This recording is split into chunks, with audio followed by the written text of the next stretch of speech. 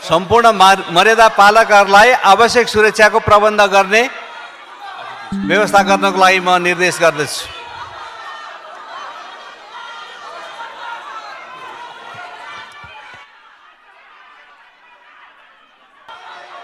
सम्माननीय सभामुख महोदय, माननीय उप प्रधानमन्त्री तथा गृहमन्त्री रवि लामिछानेको विषयमा प्रतिपक्षी दलका माननीय सांसदहरूले उठाउनु भएको विषय प्रश्न पार्न चाहन्छु।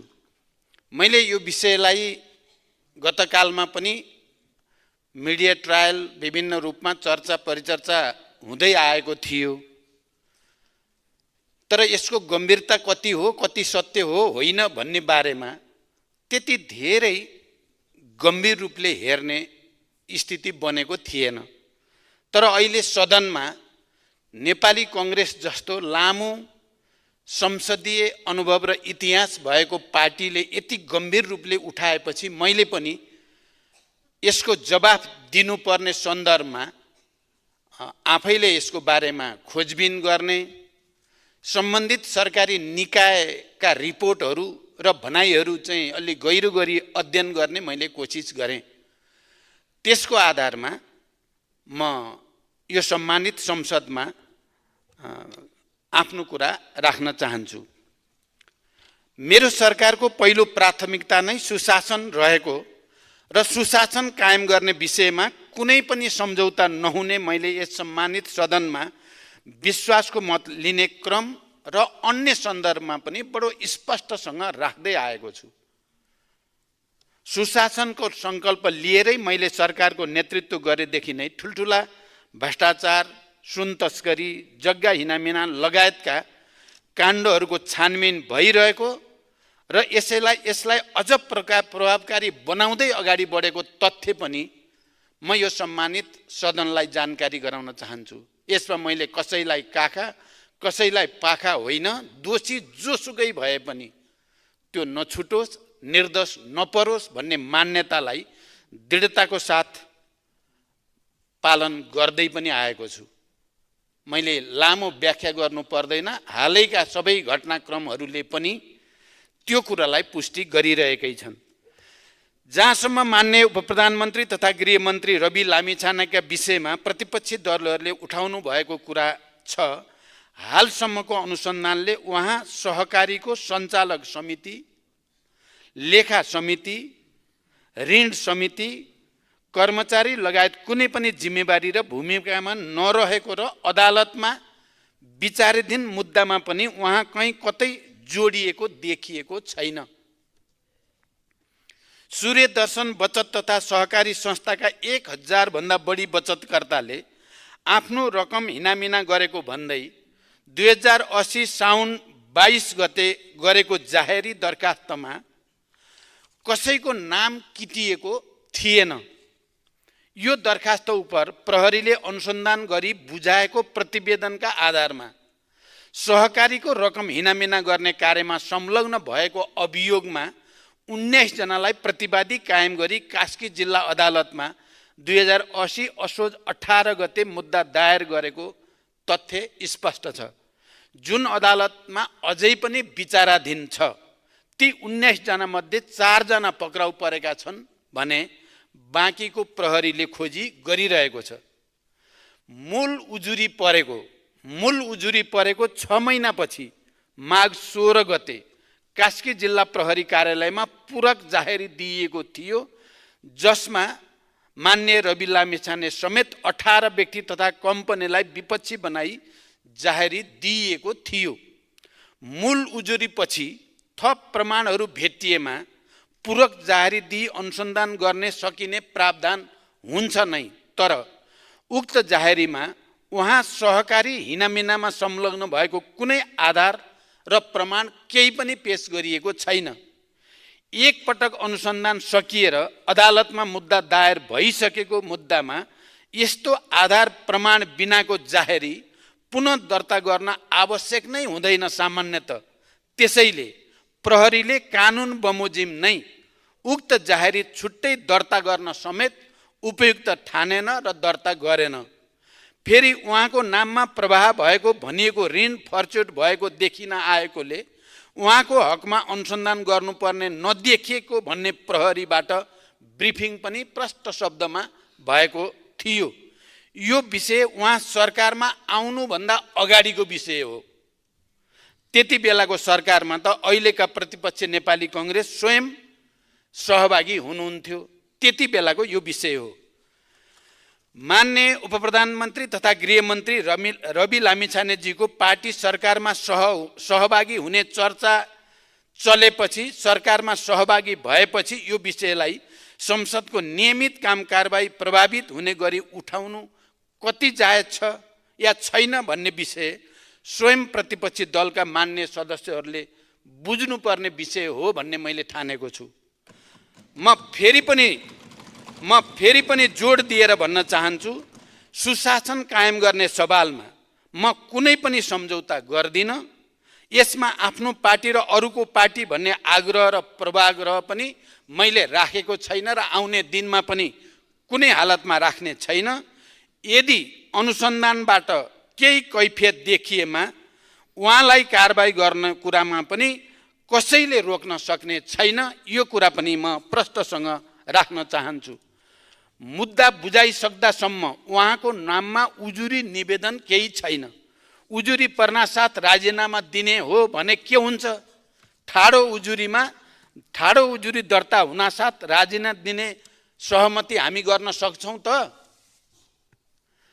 होइन, गृहमन्त्रीबाट चाहिँ हटाऊ, मुद्दा प्रभावित हुन्छ भन्न खोज्नु भएको हो भने प्रभावित पार्नेले अर्को मन्त्रालयमा बसे पनि प्रभावित पार्ला, सरकारमा बसे मात्रै पनि प्रभाव पार्न सक्ला। त्यसैले यो विषयलाई राजनीतिकरण नगर्न म अनुरोध गर्न चाहन्छु। लामो संसदीय अभ्यासको अनुभव भएको नेपाली कङ्ग्रेस जस्तो पार्टीले यस्तो विषयलाई अनावश्यक राजनीतिकरण गर्नुभन्दा देशमा विद्यमान अन्य महत्त्वपूर्ण राजनीतिक विषयमा सदनलाई बहसमा ल्याउन म अपिल गर्न चाहन्छु। नेपाली कङ्ग्रेस लगायत प्रतिपक्ष दलका मान्य सदस्यहरूलाई यो विषयमा मैले यति प्रतिबद्धता व्यक्त गरिसकेपछि अब सदन सुचारू गर्न सहयोग गर्नुहुनेछ भन्ने विश्वास पनि म व्यक्त गर्न चाहन्छु।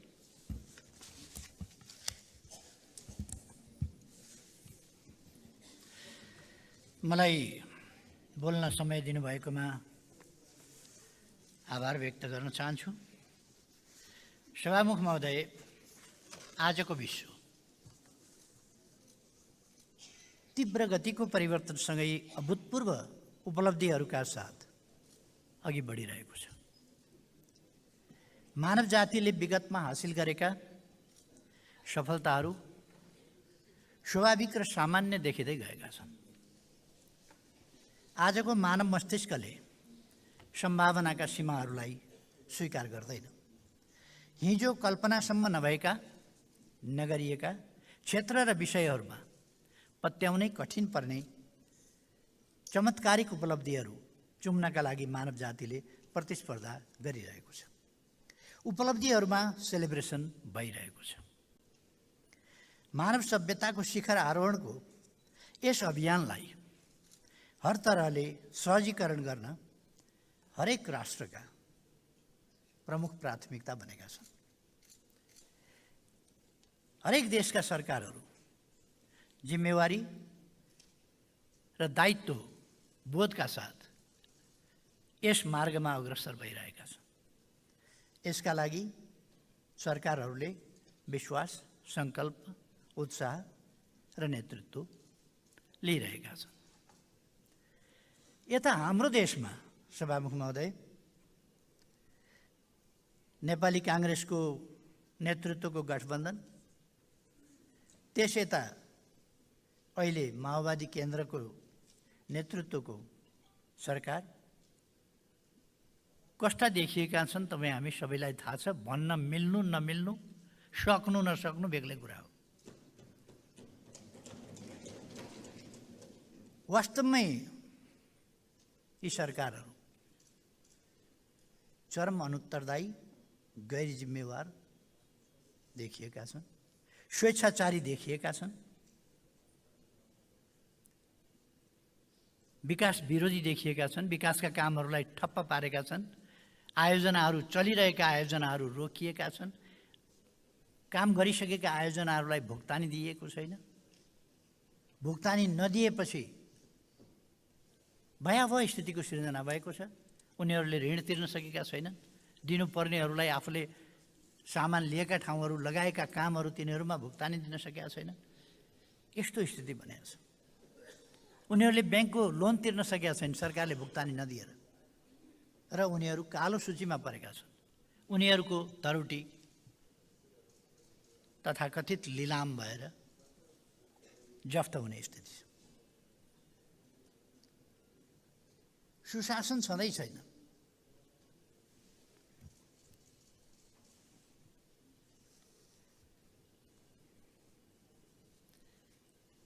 हामीले एसिड आक्रमण, खास गरेर हाम्रा छोरीहरूको सुरक्षाका लागि एसिड आक्रमणका विरुद्ध मैले संसद नभएका बेला अध्यादेशबाट कानुन ल्याउनु पर्यो। त्यसको सुरक्षाका लागि कडा कारबाही गर्ने प्रबन्ध गरियो। तर त्यो कडा कारबाही आज 4 वर्ष नभइकन एसिड आक्रमण गर्ने मुस्कान खातुन, जो नेपालमा मात्रै होइन अन्तर्राष्ट्रिय तवरमा समेत परिचित भइसकेकी बालिका हुन्, उनमाथि एसिड छर्नेलाई उनको घाउ निको भएको छैन, उनको उपचार चलिराखेको छ। सरकारले एसिड आक्रमणकर्तालाई छोडिसक्यो। अहिले उनी रोएर हिँडेकी छन्। सरकारले उनको उपचार गराइराखेको छैन। एसिड आक्रमणकारीलाई उपचार, आक्रमणको शिकार भएको पीडितलाई उपचार दिन नसक्ने, उनको अरू प्रबन्धहरू गरिदिन नसक्ने, अनि हिंसा र त्यस्ता घटनालाई प्रोत्साहित गर्ने गरी त्यस्ता अपराधीलाई 4 वर्ष पनि भएको छैन। कडा कानुन ल्याइयो भनेर देशमा खुसियाली मनाइयो। कानुन त मैले कडै ल्याएको थिएँ। महिला जगत खुसी भएको थियो। हाम्रा चेलीहरूले सुरक्षाको अलिकति अनुभूति गरेका थिए। तर सरकारले अस्ति छोडिदियो।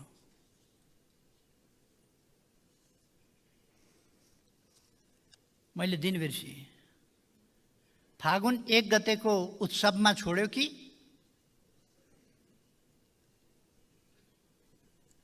संविधान दिवस भन्ने पारेर छोड्यो, त्यो मलाई त्यति यकिन भयो। 4 वर्ष नपुग्दै एसिड आक्रमण गरेको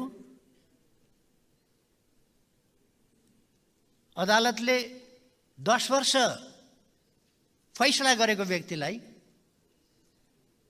पहिले मुस्कान खातुनको पेटको छाला निकालेर टाँस्नु परेको छ, तिग्राको छाला निकालेर टाँस्नु परेको छ। यो अपरेसन चलिराखेको छ, उपचार भइराखेको छ।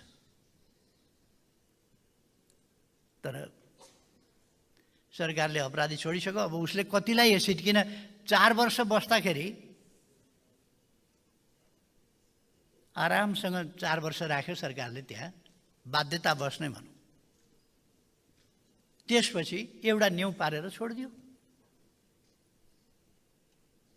यस देशमा कुनै न्याय हुँदैन। न्याय भने कि यही हो। अपराधीका लागि कानुनमा यति सजाय भनेर किन तोक्नु पर्यो? सरकारले एउटा नियम बनाउँछ,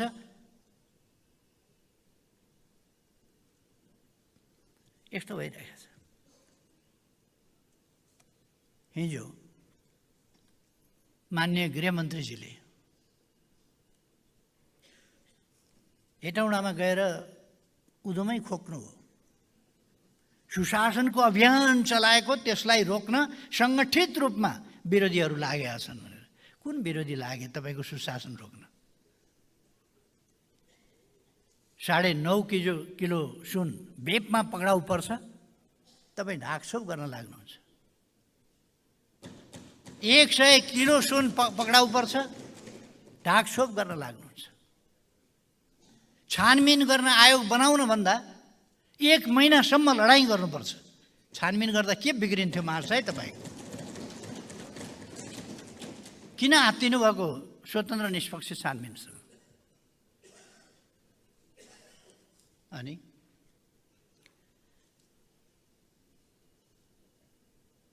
गफ दिनुहुन्छ हेटौँडा गएर। सुशासनको अभियान, सुशासन सरकारले निरन्तर कायम गर्ने हो कि अभियान हो? सुशासन अभियान हो? सुशासन भनेको सरकारको नियमित कर्तव्य हो, नियमित काम हो। सरकारले दिनुपर्छ, शान्ति सुरक्षा दिनुपर्छ, भ्रष्टाचार रोक्नुपर्छ, कमिसन तन्त्र रोक्नुपर्छ, घुसहरू रोक्नुपर्छ, यी चिजहरू गर्नुपर्छ। त्यसकारण सुशासन दिन छोडेर प्रतिपक्षले सुशासनको अभियान चलाउन दिएन, सङ्गठित रूपले विरोध गर्यो भनेर।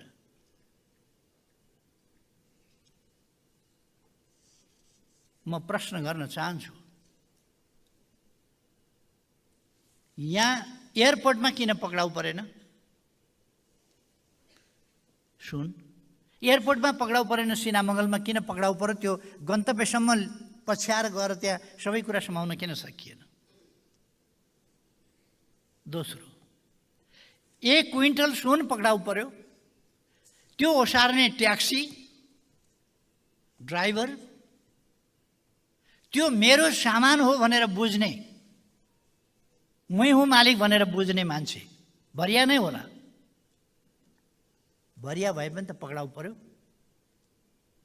त्यसलाई अलिक परतिर पुर्याएर एउटा कार्यालयमा पुर्याएर 1 क्विन्टल सुन पक्राउ परेको छ, यसै गरी सुन आएको आइछ, तर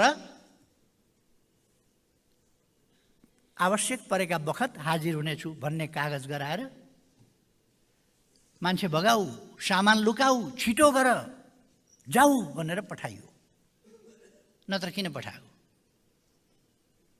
माननीय सुनिल शर्मा यो गरिमामय संसदको सदस्य, निर्वाचित जनप्रतिनिधि,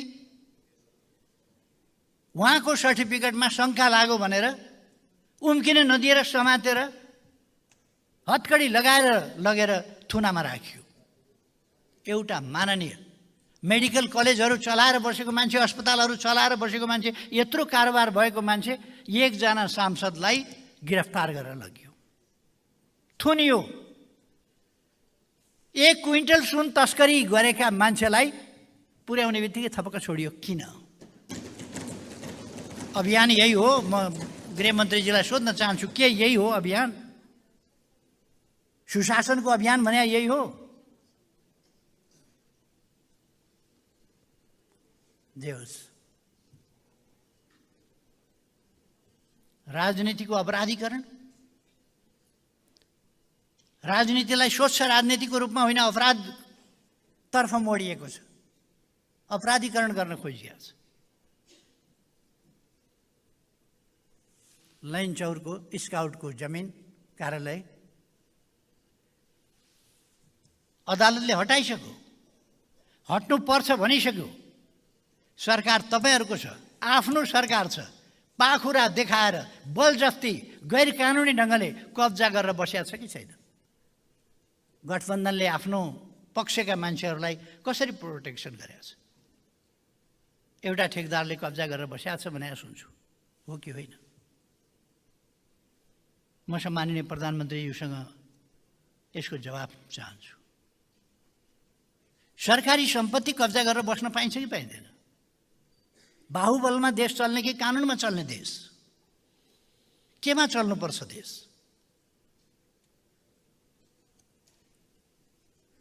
एउटा दिन दहाडै बजारमा लखेटिकन खेदिकन खुँडाले काटिकन मारेको मान्छे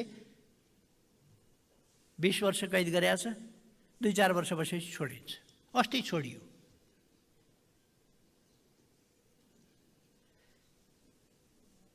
नेपालगञ्ज आतङ्कित छ। म अस्ति नेपालगञ्जबाट आएँ। आतङ्कित छ। पीडित परिवारहरू आतंकित छन्। यस्ता यस्ता मान्छे छानिकन किन पुरस्कृत गरिन्छ, किन सम्मानित गरिन्छ यस्ता मान्छेहरूलाई? कसैले बोल्यो भने सरकारको विरुद्धमा बोले बापत मान्य अमरेश कुमार सिंहलाई पुर्जी कटाइया छ, सम्पत्ति छानबिन गर्ने भनिया छ। कहिल्यै सरकारी ओहदामा जानुभयो उहाँ कि के भयो कि यत्तिकै रिस उठ्यो भने जे पनि गर्दिने, सत्ताको दुरुपयोग गर्ने। सर्टिफिकेट कस्तो हो भनेर 46 सालको कहिलेको सर्टिफिकेट कतिपल्ट त्यो हेरिसक्यो, कतिपल्ट चलिसक्यो, फेरि अहिले सर्टिफिकेट लेखेर पास गरे कि चोरेर पास गरे, छानबिन गर्ने भयो सरकार।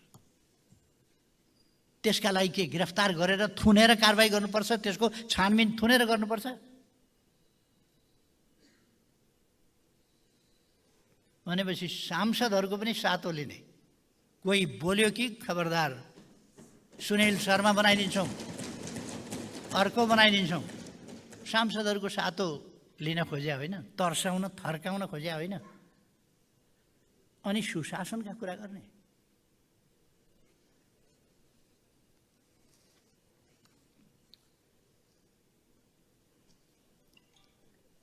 राष्ट्रिय स्वाभिमान र गौरव विरोधी काम यो सरकारले गरेको छ, संविधान विरोधी काम गरेको छ, राष्ट्रहित र जनहित विरोधी कार्यमा यो सरकार व्यस्त छ। के मुद्दामा म पछि भन्छु। अकारण मैले कुनै पनि कुरा आरोपित गर्ने गरेको छैन, तथ्य प्रमाण सहित भन्छु। म अहिलेसम्मका हामीले प्राप्त गरेका राजनीतिक उपलब्धिहरू समाप्त पार्न र विकास निर्माणलाई अवरुद्ध पार्न, विदेश सम्बन्ध खलबल्याउन र सम्पूर्ण राज्य प्रणालीलाई विशृङ्खलित बनाउन यो सरकार दत्तचित्त भएर लागेको छ।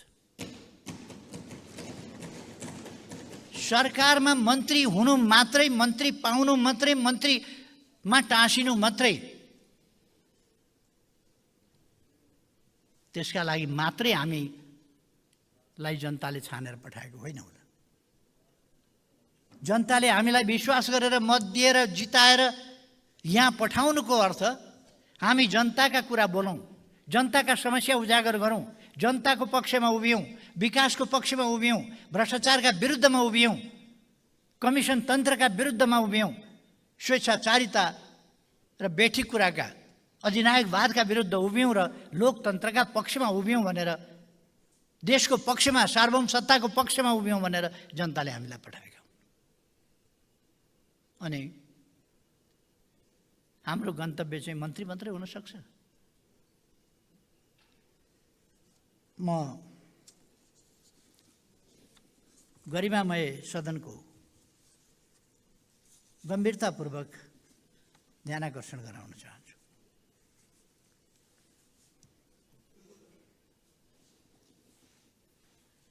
सभामुख महोदय, अस्थिरतालाई गतिशीलता ठान्ने, विभाजन र विग्रहलाई प्राथमिकता दिने र विद्वेष फैलाएर सत्ता प्राप्त गर्ने र त्यो सत्ता टिकाउन जे पनि गर्ने, यस्तो नीतिमा रहेको यस गठबन्धनले राजनीतिक आदर्श र मूल्यलाई सौदाबाजीको विषय बनाएको छ।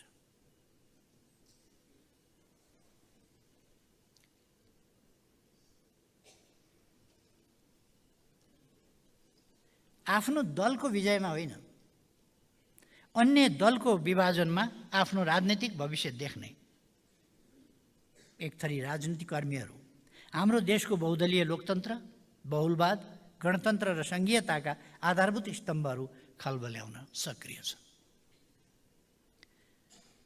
जानेर वा नजानेर राष्ट्रिय एकता, सार्वभौम सत्ता, स्वाधीनता, सद्भाव र सहिष्णुता जस्ता आधारभूत राष्ट्रिय मूल्यलाई कमजोर बनाउन उपयोग भएका छन्। सत्ताको लोभमा देश र जनता बिर्सिएका छन्, आफ्नो कर्तव्य बिर्सिएका छन्। दल गठन होला, ठुलो सानो बन्ला, सरकार आउला जाला, तपाईँ हामी ढिलो चाँडो रहौँला नरहौँला, तर नेपाल र नेपाली जनता सदा सदा रहिरहनेछ,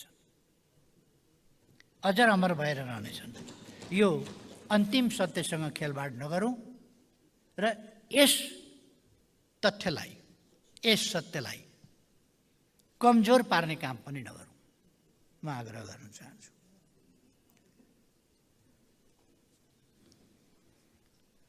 म सबै राजनीतिक दलका मान्य सदस्यज्यूहरूलाई आग्रह गर्दछु, राष्ट्रिय एकता, सद्भाव र सहिष्णुताका विषयमा एक हौँ, राष्ट्रका हितहरूलाई सर्वोपरि राखौँ, त्यसमा एकजुट हौँ, विकासका प्रयासहरूमा एकजुट हौँ, सार्वभौम सत्ता, स्वतन्त्रता र स्वाधीनताका विषयहरूमा एकजुट हौँ, हाम्रा राजनीतिक उपलब्धिहरू र संविधानको रक्षा गर्न एकजुट हौँ, हाम्रो परराष्ट्र नीतिको सम्बन्धमा राष्ट्रिय दृष्टिकोण बनाऊँ र स्थायित्व दिउँ त्यस दृष्टिकोणलाई, नेपालको विकास, नेपालीको सुख, स्वाभिमान र गरिमा निरन्तर बढाउँदै जान एकजुट बनाऊँ। आजको आवश्यकता त्यो। यो नालायक गठबन्धन सरकारको अस्तित्व टिकाएर देश बर्बाद पार्न एकजुट हुने होइन। यस गरिमामय संसदबाट विभिन्न प्लेटफर्महरू मार्फत र औपचारिक अनौपचारिक वार्ताका क्रममा हाम्रो पार्टीको तर्फबाट मैले यस गठबन्धनलाई परिस्थितिको बोध गराई जिम्मेवार हुन सुझाव दिइरहेको छु। प्रतिपक्षका अन्य साथीहरूले पनि सजग गराइरहनु भएको छ। तर यो गठबन्धन सरकार संविधानमाथि श्रृङ्खलाबद्ध हमला गरी संवैधानिक सङ्कट निम्त्याउँदैछ। असहिष्णु चरम छ।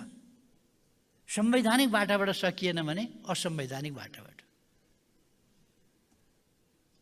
उहिले हामी युद्धमा पनि कुरा सुन्छौँ, घाम झुल्किएपछि अब युद्ध सुरु भयो भनेपछि सुरु हुन्छ, अब अन्त्य भयो भनेर सूर्यास्त भएपछि बन्द हुन्छ। यो गर्न पाउने, यो गर्न नपाउने, यो गर्न हुने, त्यो गर्न नहुने युद्धमा पनि नियम हुन्छ। तर यस सरकारसँग कुनै नियम छैन। संविधानप्रति अनास्था फैलाउने कार्यमा सरकार केन्द्रित छ।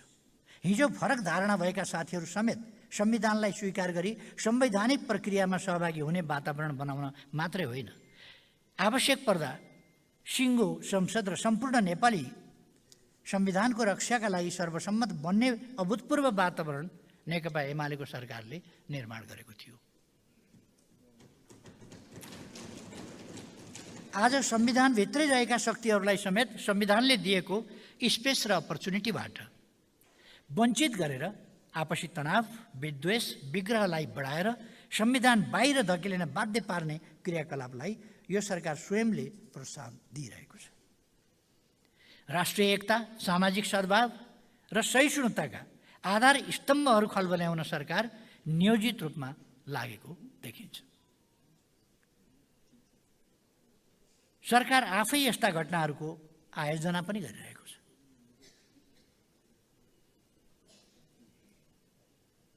यो सरकार गठबन्धन बाहेक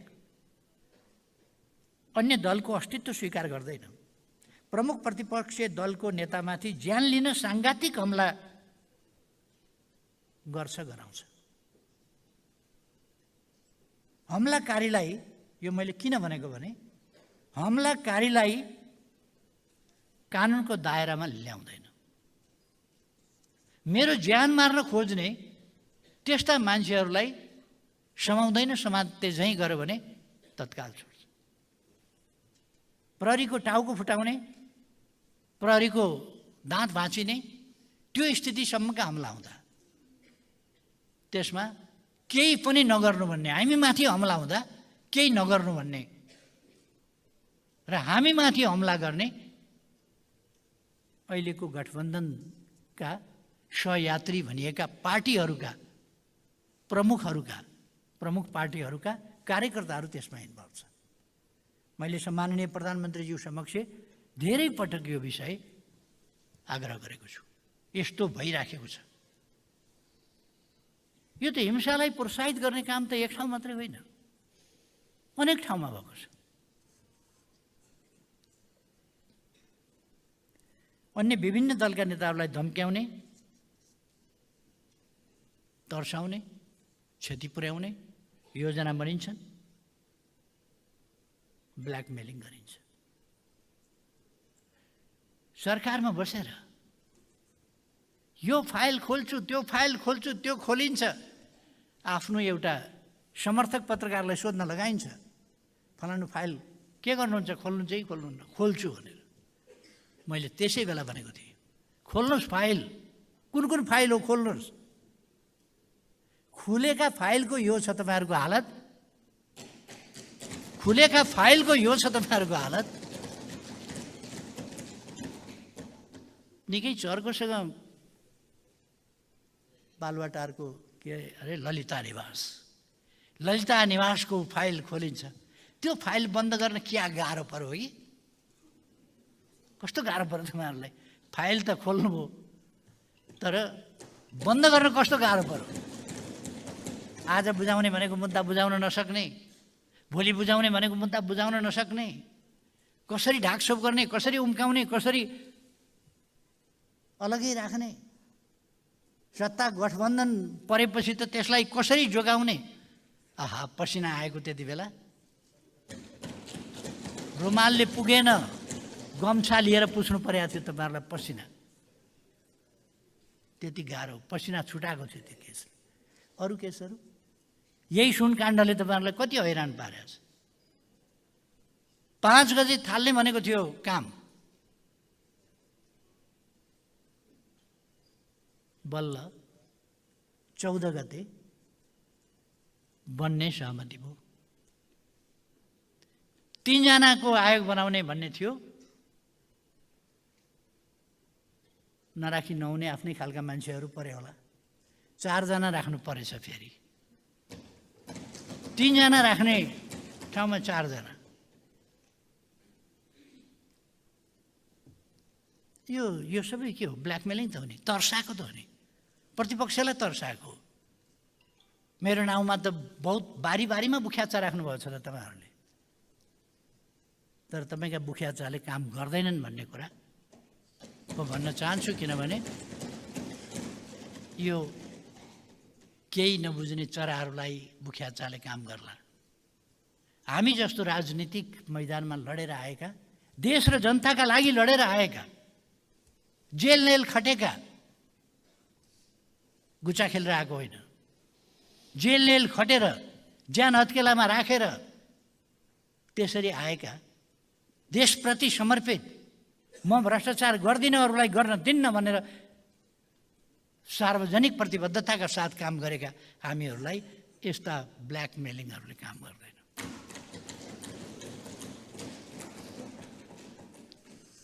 सभामुख महोदय, हामी शान्ति प्रक्रियाका बाँकी काम छिटोभन्दा छिटो सम्पन्न गरौँ भन्ने चाहन्छौँ र त्यो भनिरहेका छौँ। अगाडिदेखि हामी त्यो भनिरहेका छौँ। म प्रधानमन्त्री भएका बखत सम्माननीय प्रधानमन्त्री त्यति बेला सत्तारूढ दलको को चेयरम्यान हुनुहुन्थ्यो। सत्तारूढ दलको मैले प्रधानमन्त्रीको हैसियतमा शान्ति प्रक्रिया टुङ्ग्याउन खोज्दा मेरो साथैमा बसेका को चेयरम्यानबाट मैले सहयोग पाइनँ। समिति बनाउन 1 वर्ष, मान्छेको नाम दिन अर्को 1 वर्ष।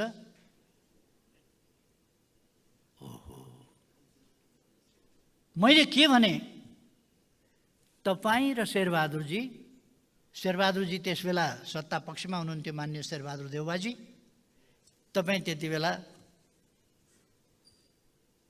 द्वन्द्वको अर्को पक्ष हुनुहुन्थ्यो। तपाईँहरू दुईटाले, अहिले म न्युट्रल व्यक्ति छु, सजिलो छ, तपाईँहरू दुईटाले टुङ्ग्याउने प्रस्ताव ल्याउनुहोस्, म पन्जाब पत्र गरिदिन्छु। पुगेन भने पैतालाका दाम पनि राख्नुपर्छ भने हातकाले मात्रै पुगेन भने त्यो पनि राख्छु। यसलाई टुङ्ग्यौँ भनेर मैले आग्रह अनुनय विनय गरेँ। शान्ति प्रक्रिया होइन, तपाईँहरूलाई श्रेय कसले लिन्छ, जस कसले लिन्छ भन्ने कुरामा चिन्ता थियो। त्यसै कारण शान्ति प्रक्रिया टुङ्ग्याउने कुराको श्रेय केपी ओलीलाई किन दिने, तपाईँहरूको त्यही भनाइ होइन र? त्यसै कारण आजसम्म शान्ति प्रक्रिया लट्किएको छ। किन लट्कियो शान्ति प्रक्रिया? के कारणले?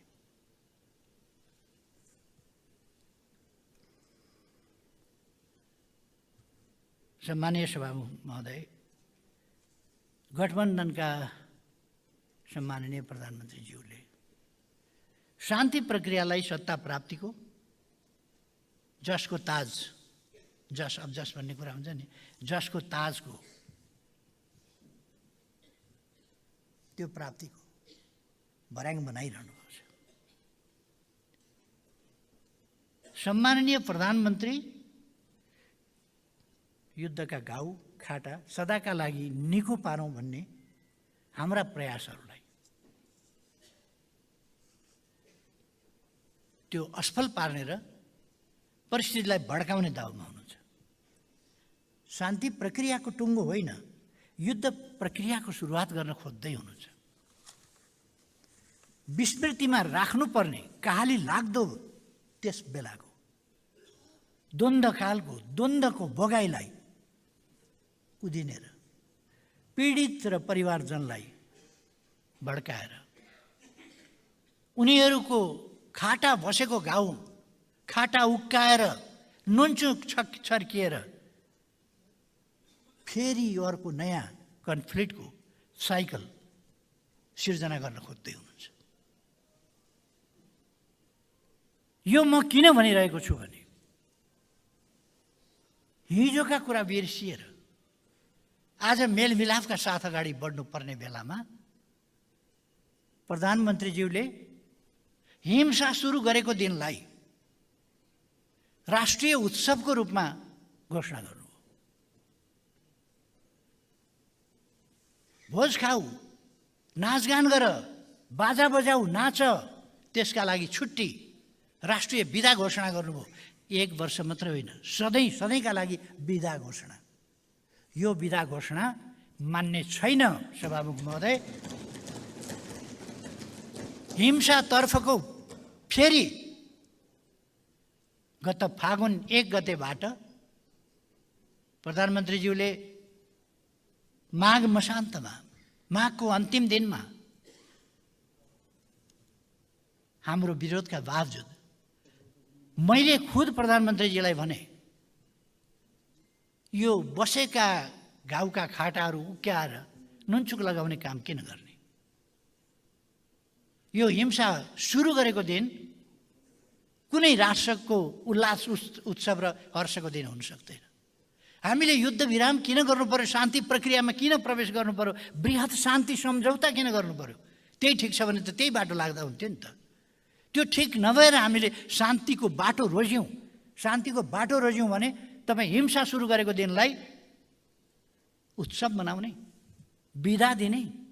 अब हिंसा सुरु गरेको दिन हामी भोज खाएर नाचेर गाएर शहीदका परिवारहरू, ती शहीदका बच्चा बच्ची पढाउने तपाईँ जिम्मा नलिने, तिनका अगाडि तपाईँ उत्सव मनाउने, घाइतेहरूको उपचार नगर्ने तपाईँ उत्सव मनाउने, बिदा दिइदिइकन सरकारी कर्मचारी, शिक्षक, विद्यार्थी सबलाई बिदा दिइदिइकन उत्सव मनाउनु पर्ने। बिदा के का लागि दिनुभयो तपाईँले? के हो बिदा भने?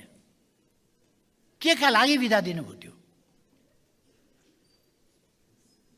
त्यसकारण सभामुख महोदय, नेपाल र नेपाली जनताका लागि हिंसा दिवसलाई राष्ट्रिय दिवस भनेर मनाउन मन्जुर छैन। हामी त्यसरी उत्सवको रूपमा मनाउन तयार छैनौँ। हामी छुट्टी मनाइकन नाचगान भोज भतेर गर्न खुसियाली मनाउन तयार छैनौँ। त्यसकारण यो कुरा म निवेदन गर्न चाहन्छु, यो आउने क्याबिनेटबाट त्यो निर्णय फिर्ता गर्नुहोस्। यसपल्ट पनि क्यालेन्डरमा राखिएको छ राष्ट्रिय बिदा। कुन खुसियालीमा बिदा थियो? कुन खुसियालीमा? के उत्सव मनाउनका लागि बिदा?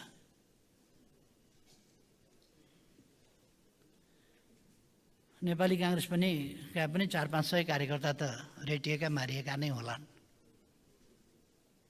तर सरकारमा सहभागी हुनका लागि त्यस्ता कुरा छोडे पनि हुन्छ भन्ने लाग्यो होला।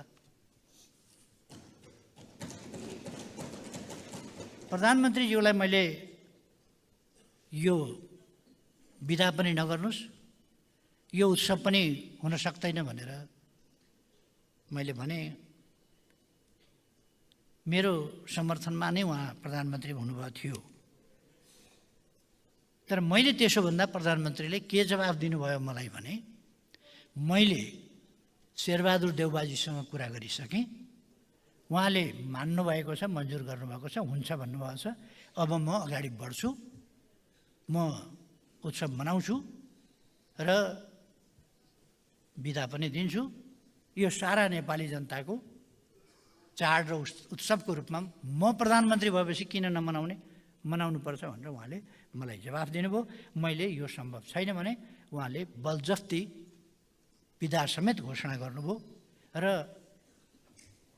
हामी शान्तिका प्रयास गर्नेहरूलाई मुहतोड जवाफ दिनु। उहाँले तिमीहरूको शान्तिको प्रयासलाई म हिंसाको जयगानबाट जवाफ दिन्छु भनेर उहाँ अहिले पनि हिंसाको जयगानमा उद्धत हुनुहुन्छ, तल्लीन हुनुहुन्छ। यो उहाँको व्यवहारले देखाएको छ। हिंसा सुरु गरेको दिनलाई उहाँले उत्सव मनाउने, बिदा गरी उत्सव मनाउने, यो स्वीकार्य कुनै हालतमा छैन सभामुख महोदय। यसका निम्ति म भन्न चाहन्छु, बिदा लिनुहुन्न भने, के यसलाई रद्द गर्नुहुन्न भने हामीले यसका विरुद्ध कदम चाल्नुपर्ने हुन्छ।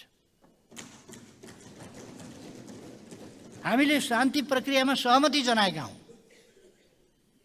शान्तितर्फ जाने कुरामा हाम्रो प्रयास हो। हिंसालाई स्वीकारेर या हिंसाको जयगान गरेर जान खोजेको होइन। द्वन्द्वकाल जेसुकै कारणले द्वन्द्व होस् उपयुक्त थिएन, जो इन्भल्भ होस् उपयुक्त थिएन। अनावश्यक ढङ्गले मान्छे मरे, मारिए। त्यो दुःखद च्याप्टर हो, त्यसलाई अन्त गरौँ, शान्ति प्रक्रिया अगाडि बढाउँ भन्ने हाम्रो कुरा हो। तर शान्ति प्रक्रिया पीडितहरूलाई रुवाएर पीडितका घाउमा मलमपट्टी लगाउने ठाउँमा उनीहरूका घाउमा नुनचुक लगाएर तपाईँ शान्ति प्रक्रियाका कुरा गर्ने। त्यसकारण म आग्रह गर्न चाहन्छु, आगामी मन्त्री परिषदको बैठकले यसलाई फिर्ता गरोस्। बटिफ छैन, क्लियर भाषामा भन्छु, फिर्ता गरिनुपर्दछ। यो स्वीकार्य छैन।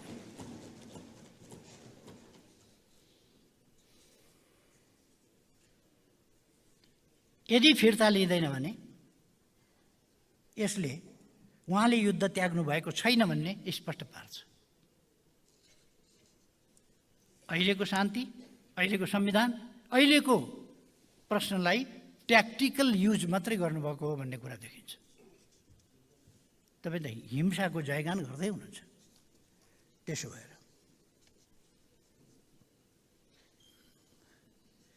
नेपालमा शान्ति स्थापना, शान्ति प्रक्रियालाई टुङ्ग्याउने कुरा र दिगो शान्ति स्थापनाका लागि यो शुभ सङ्केत होइन। हामी चाहन्छौँ नेपालमा दिगो शान्ति स्थापना होस्, दिगो शान्ति स्थापना गरौँ। विगतका घाउहरू अर्कालाई दुख्ने गरी अरूका घाउ कोट्याउनेतिर नजाउँ, एउटा वातावरण बनाउनेतिर जाउँ।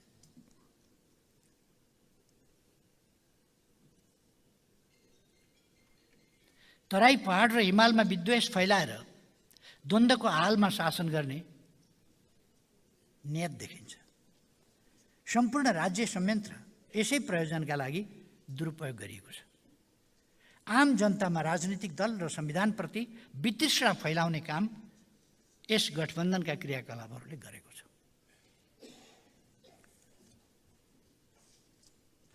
संवैधानिक प्रावधानहरूलाई चुनौती दिने काम स्वयं सम्माननीय प्रधानमन्त्रीबाट बारम्बार भइरहेको छ।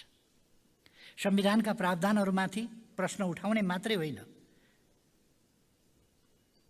अनुपयुक्त छन्, हटाउनुपर्छ, मौका पाए हटाइदिन्छु भन्ने उद्घोष प्रधानमन्त्रीबाट भएको छ। सङ्घहरूको सङ्ख्या होस्, सङ्घको नाम होस्, फेरि जातीय राज्यको अवधारणातिर फर्काउँछु भनेर भोट माग्नु भएको छ। कहिलेका लागि भोट मागे हो थाहा छैन, भोट माग्नु भएको छ। यसले के देखाउँछ? यस्ता कुराहरूले आम जनतामा राजनीतिक दल, प्रणाली, संविधान यो सबै कुराप्रति वितृष्णा फैलाउने काम गरेको छ।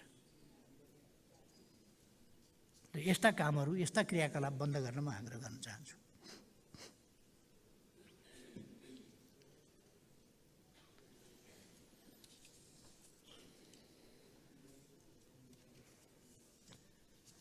जुन संवैधानिक व्यवस्थाबाट प्रधानमन्त्री नियुक्त भएको हो, त्यही संवैधानिक व्यवस्थालाई, त्यही प्रावधानलाई जसबाट शपथ लिएको हो,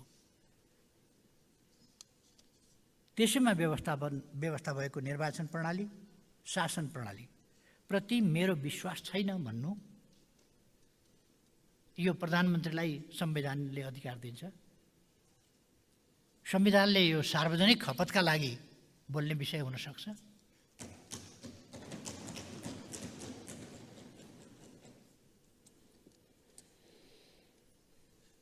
सरकार प्रमुखको विगत, नियत र शैली हेर्दा आफ्नो रणनीतिक स्वार्थका लागि संविधानलाई नै औजार बनाएर कुनै अमुक विषयमा नेगोसिएसन हुन सक्छ भन्नेतर्फ हामी सम्पूर्ण राजनीतिक दलहरू चनाखु हुनुपर्ने अवस्था देख्छु।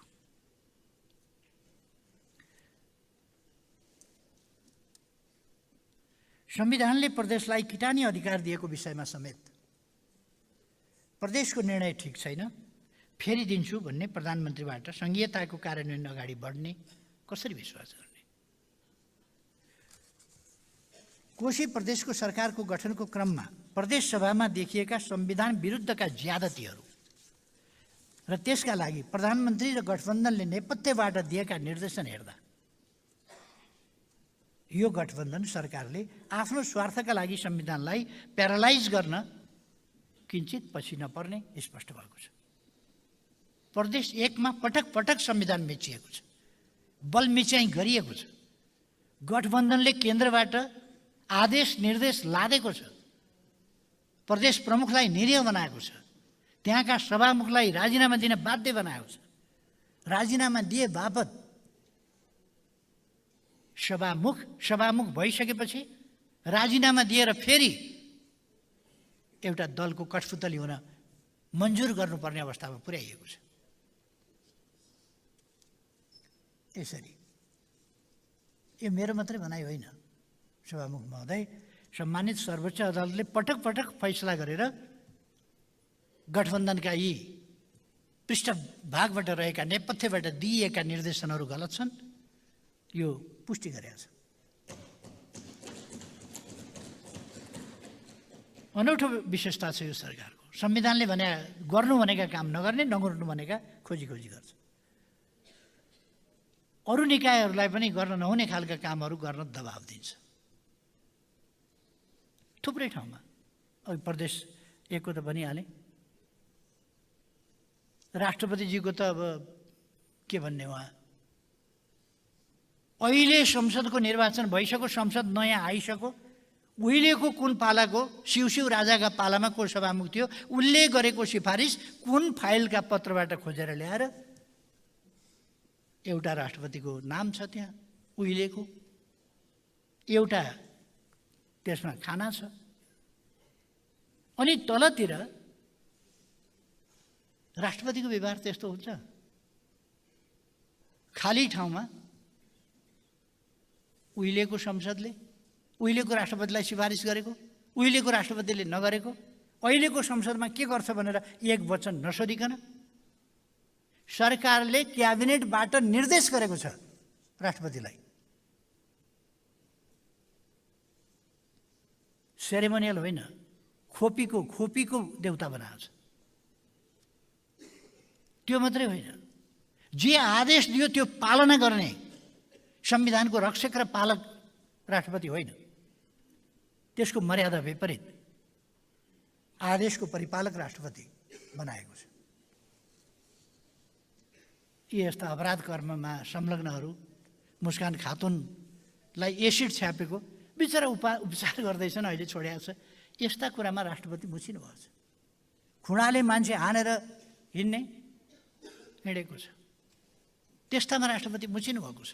र राजनीतिक दलले त्यस्तो मान्छे छुट्दा बाजा गाजा, नाचगान, अबिर जात्रा, फुल माला, गाडीको लस्कर सहित एउटा राजनीतिक पार्टी त्यस्तो कुरालाई स्वागत गर्छ भनेपछि यो गठबन्धनले गर्न खोजेको के हो? कानुनी राज हो?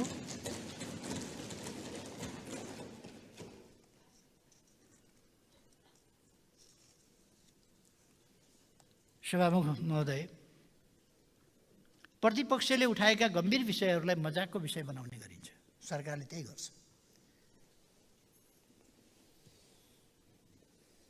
गठबन्धनकै मान्यजीहरूले उठाएका आवाजलाई पनि गठबन्धनमा कति सुनिन्छ हामीलाई थाहा छैन, तर संसदमा सोझै तिरस्कार गरिएको छ। तिनीहरूको कुनै महत्त्व राखिएको छैन, मूल्य राखिएको छैन।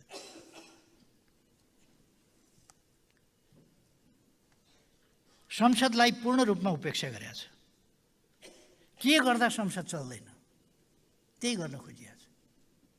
प्रधानमन्त्री विदेश जाँदा 17 दिनसम्म संसद अवरुद्ध गर्नुपर्ने, प्रधानमन्त्रीले हो नि त 17 दिन संसद अवरुद्ध गर्नुभएको। संसद अवरोध 17 दिनसम्म प्रधानमन्त्रीले किन गर्नु पर्यो? अरू देशका पनि राष्ट्र प्रमुखहरू, सरकार प्रमुखहरू, कार्यकारी प्रमुखहरू बाहिर हिँडिरहन्छन्। सिनेट चलिराखेको हुन्छ, कङ्ग्रेस चलिराखेको हुन्छ, अप्पर हाउस चलिराखेको हुन्छ त। हाउस अफ लर्ड्स चलिराखेको हुन्छ, हाउस अफ कमन्स चलिराखेको हुन्छ, लोकसभा चलिराखेको हुन्छ, अथवा राज्यसभा चलिराखेको हुन्छ। अरू देशमा पनि अनि प्रधानमन्त्री बाहिर जाँदा संसद निदाउनु पर्ने। यहाँ समस्या छन् जनताका। बाँकी सरकार, कार्यवाहक प्रधानमन्त्री समेत त यहीँ होला नि त। त्यो बोल्न पनि नपाइने, सुनाउन पनि नपाइने 17 दिन बन्द गरिदिएर 16 दिनको विदेश भ्रमण कुनै प्रधानमन्त्रीले। देशको हालत यस्तो छ, महँगी यसरी बढेको छ, चाडबाड आउँदैछ, गरिबी यसरी बढेको छ, उद्योग धन्दा बन्द भएका छन्, किसानहरूले मल पाएका छैनन्, केरामा रोग लागिराखेको छ, पशुहरूको रोगको अझै बिमा पाएको छैन, समर्थन मूल्यको अघि भर्खर हामीले सुन्यौँ, समर्थन मूल्य पाइराखेको छैन, भनेका बेला मल बिउ पाउँदैन, सिफारिस गरिएको अनुदानको बिउ धान फलेन। यस्तो कुराहरू कति छन्, कति। यी सबै कुराप्रति सरकारलाई केही मतलब छैन, केही ध्यान छैन प्रधानमन्त्रीजीलाई। 16 दिनसम्म यहीँ डिल परिसम्म आइपुग्नु भनेर सुनेको थिएँ, पछि त 3 घन्टा लाग्ने बाटो पर सर्नुभयो। किन जानुभएको? अब त्यत्रो चिनको सबै ठाउँ हेरिसकिएला त, सबै ठाउँ हेरिसक्ने। त्यत्रो चिन सबै ठाउँ त्यहीँका मन्त्रीले घुमिसकेका छैन। हाम्रो प्रधानमन्त्री गएर एउटा जाब चिन त राम्रै हेरेर आउँछु भन्नु। यस्तो परिस्थितिमा, यस्ता बेलामा जनताका समस्या समाधान गर्न त्यो तत्परता, त्यो रुचिका साथ यहाँ डट्नुपर्ने प्रधानमन्त्री संसदमा कसैले कुरा उठाउँछन् भनेर संसद बन्द गरिदिने, चल्दिने।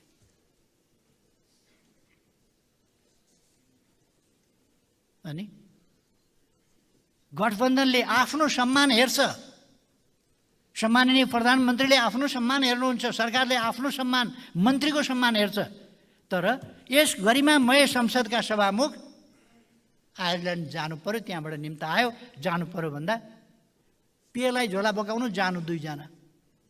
यस्तै हुन्छ संसदको गरिमा। मन्त्रालयले तोक्ने, एउटा पिए बाहेक कोही पनि लान पाउँदैन। दुनियाँमा कुनै सभामुख एउटा पिए मात्रै लिएर हिँड्या हुन्छ?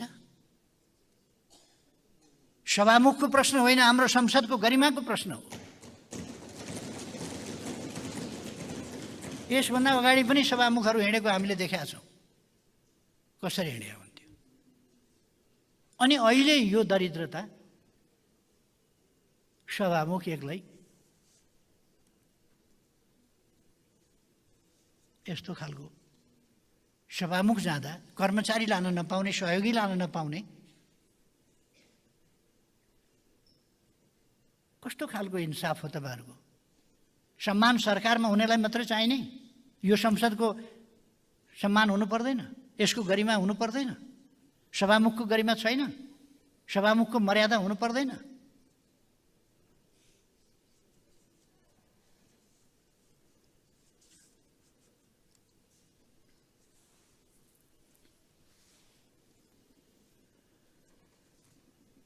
अहिले पूर्व राष्ट्रपतिहरूको हालत के छ, कसरी बस्नुभएको छ, के खाएर बस्नुभएको छ, कहाँ बस्नुभएको छ, सम्माननीय प्रधानमन्त्रीज्यू यहाँलाई थाहा छ? उहाँहरूले खान पाउनुभएको छ कि तातो पानी खाएर बस्ने अवस्थामा पुर्याउनु भएको छ तपाईँहरूले? के छ पूर्व राष्ट्रपतिहरूको हालत? म धेरै भन्न चाहन्न। आफ्नो सम्मान भए, आफ्नो व्यवस्था भए, आफूलाई 7-10 पुस्तालाई पुग्यो, अरूको केही मतलब छैन। जीविका चलोस् कि नचलोस्, सकेसम्म संसद फेस नगर्ने, गर्नै पर्ने भए मनमौजी कुरा गर्ने, त्यसको पालना नगर्ने। यस्तो सरकारबाट संसदको गरिमा कसरी कायम रहला? यस्तो व्यवहारले संसदको गरिमा कसरी कायम रहला? सरकारले संसदको अधिकार क्षेत्रमा निरन्तर आक्रमण गरिरहेको छ। संसदले नचिनेका सभामुखको हस्ताक्षर, यो संसदले नचिनेका सभामुख, हामी अलिक सानो हुँदाखेरि एकजना भारतबाट टिचर आउनुभएको थियो इतिहास पढाउने। अङ्ग्रेजी टिचर एक दिन थिएनन्, अनि क्लासमा उहाँ पस्नुभयो अङ्ग्रेजी पढाउन, अनि उहाँले अङ्ग्रेजी पढाउनु भयो हामीलाई। Once upon a time there was a king named Ashoka भनेर। त्यही जमानाका once a upon a time there was a सभामुख नेम्ड को हस्ताक्षर?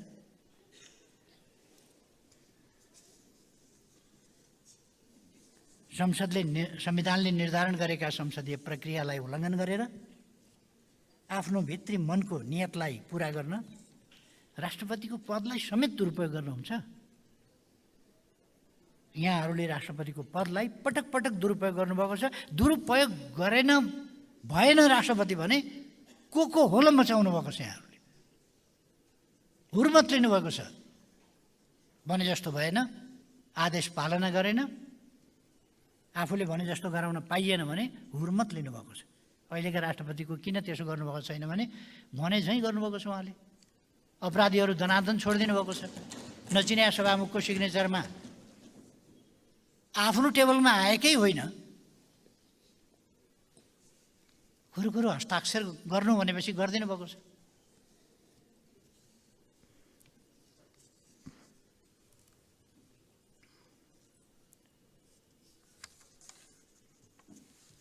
यो सरकार संसद र संसदीय समितिलाई कुनै बिजनेस दिँदैन। संसदलाई डिफङ्क्ट, प्रयोजनहीन बनाउन यो सरकार क्रियाशील छ। प्रयोजनहीन बनाउन।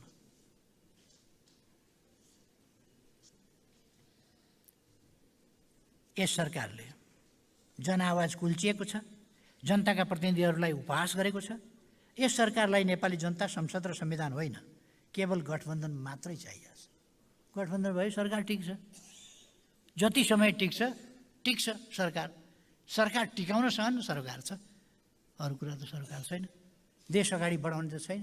अहिलेसम्म एउटा विधेयक बल्ल पास भयो कि, अनि यत्रो महिनामा 2टा सदन चल्दा एउटा विधेयक प्रतिपक्षले चल्न दिएन। होइन, सबभन्दा पछिल्लो उदाहरण काफी छ। 17 दिन बन्द गरेर सभामुख किन जानु, के प्रधानमन्त्री किन जानुभयो बाहिर? 17 दिन किन बन्द गर्नु? यहाँ संसद चल्दा के बिग्रिन्थ्यो?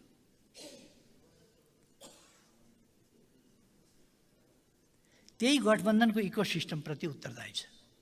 गठबन्धनको एउटा इकोसिस्टम डेभलप गरेको छ, त्यसप्रति। यो जनता र संविधान छलेर बनेको गठबन्धन हाम्रो संविधान र लोकतन्त्रका लागि स्लो पोइजन हो। एकैचोटि पुग्लुकै पनि पारिहाल्न सक्दैन, तर यो स्लो पोइजन हो लोकतन्त्रका लागि, यो संविधान कार्यान्वयनका लागि स्लो पोइजनको काम गरिरहेको छ। सम्माननीय सभामुख महोदय, न्यायपालिकाप्रति जनताको विश्वास र भरोसा छ, हुनुपर्छ। यसमा किञ्चित कमी हुनु हुँदैन। न्यायपालिका सधैँ मर्यादित र विश्वासको एउटा थलो हुनुपर्दछ।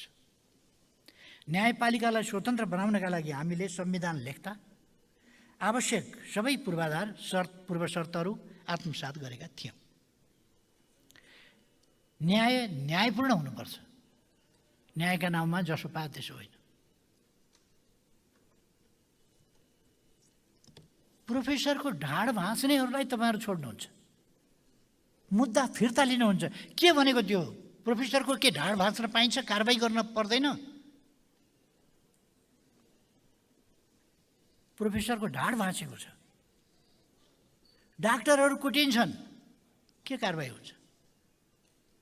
फेरि डाक्टर नकुट्ने भन्ने, डाक्टरको सुरक्षा गर्छौँ भन्ने, फेरि डाक्टर कुटिन्छ, फेरि कुटिया छ। डाक्टरहरू सडकमा छन्। शिक्षकहरूको आन्दोलन भर्खर टुङ्गिया छ। शिक्षकहरूसँग भएका सम्झौता तपाईँहरू आज टेबल गर्दै हुनुहुन्छ। विधेयक, शिक्षा सम्बन्धी विधेयक, संशोधन विधेयक, त्यो विधेयक कसरी ल्याउनु भएको छ? शिक्षकहरूसँग सम्झौता गरेपछि त्यो सम्झौताका शर्तहरू इन्कर्पोरेट गरेर ल्याउनु पर्छ पर्दैन? कसरी गर्नुहुन्छ? त्यसलाई फिर्ता लिएर सच्याएर ल्याए हुँदैन थियो? अब संशोधन कति ठाउँमा कसरी राख्ने? म भन्न चाहन्छु, सरकारले फिर्ता लिएर सच्याएर ल्याओस्। सच्याएर नल्याउँदाखेरि व्यापक संशोधनबाट शिक्षकका मागहरू यसमा कुनै चलाखी र छलछाम गर्न मिल्दैन। सम्झौता गर्ने, पालना नगर्ने, त्यो हुन सक्दैन। जे सम्झौता सरकारले गरेको छ त्यो सम्झौता अनुसार त्यो सम्झौता कार्यान्वयन हुनुपर्छ। सम्झौता गरिन्छ पालना गर्नका लागि, झुक्क्याउनका लागि होइन।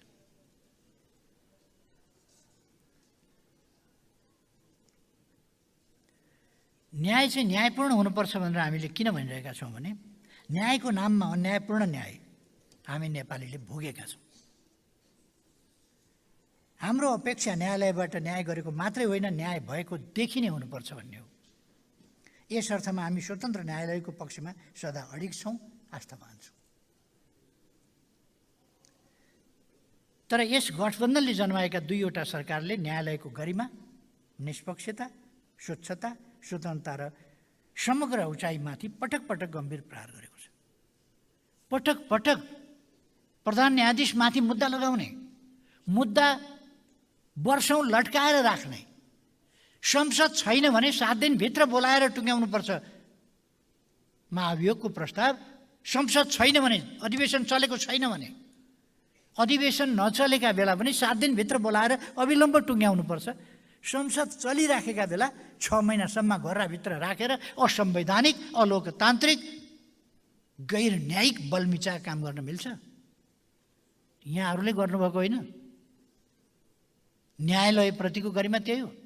जस्तो होस् को व्यक्ति भन्ने कुरा होइन, न्यायाधीशहरूलाई तर्साउने काम गर्न खोजे होइन तपाईँहरूले।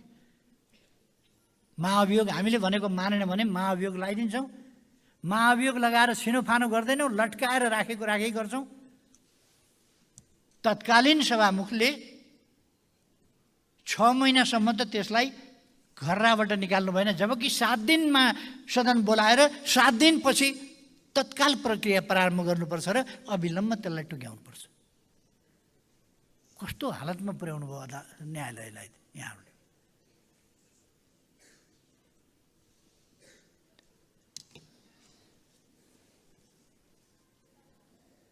सभामुख महोदय, चुनाव कसरी भयो त मैले भन्नु पर्दैन। कसरी लामो समय लगाई मन्त्री कानुन मन्त्री बेसरी राम्ररी छानियो।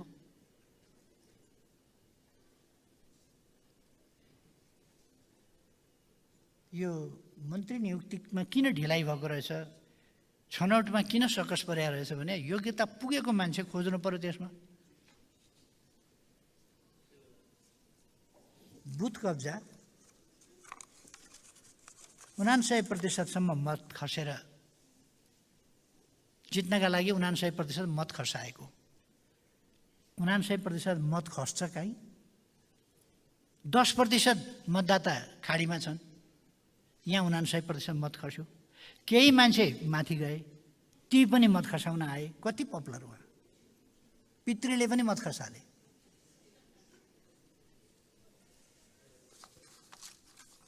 मृत्यु दर्ता भएका व्यक्तिहरूको समेत मत खसेको। मत खसिरहेका बखत वैदेशिक रोजगारीमा विदेशमा काम गरिरहेकाको पनि मत खसाएको। कब्जा गरेको मतदान केन्द्रमा खटिएका मतदान अधिकृतले ज्यान मार्ने धम्की दिएर बुथ कब्जा गरेको अडियो संवाद त्यो बाहिर आएको। यसरी भएको निर्वाचन पूर्ण रूपमा स्वच्छ, निष्पक्ष र धाँधली रहित रूपमा सम्पन्न भएको भनेर निर्वाचन अधिकृतले निर्वाचन आयोगमा रिपोर्ट बुझाएको। निर्वाचन आयोगले हामीले यस्तो यस्तो भएको छ है भन्दा त्यहाँ जाँचबुझ गर्न पठाउन अस्वीकार गरेको। यस स्थितिमा छानिदो रहेछ।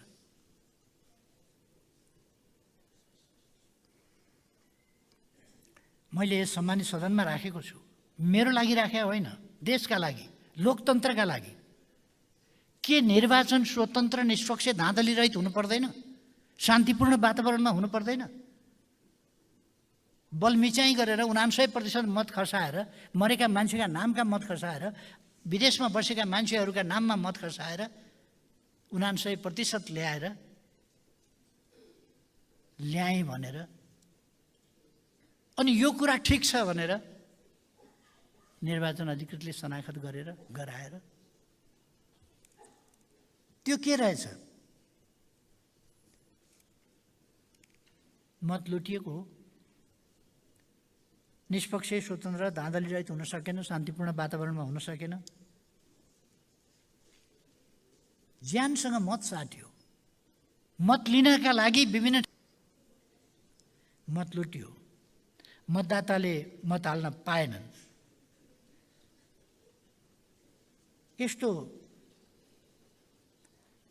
यस्ता ठाउँहरूमा पुनः मतदान गरौँ भनेर हामीले भन्यौँ। तर सरकारले सत्ताको चरम दुरुपयोग गरेर जनमतमाथि क्रूर र बर्बर व्यवहार गरेरै छड्यो। यो कुरा आज उठाउनु पर्ने थिएन। आज किन उठाउनु पर्यो भने त्यसरी बुथ कब्जा गर्ने गराउने अधिकृत, त्यहाँ शान्तिपूर्ण चुनाव भयो, स्वतन्त्र र निष्पक्ष चुनाव भयो भनेर निर्वाचन आयोगमा रिपोर्ट दिने अधिकृत न्यायाधीशमा नियुक्त भए, पुरस्कृत गरियो।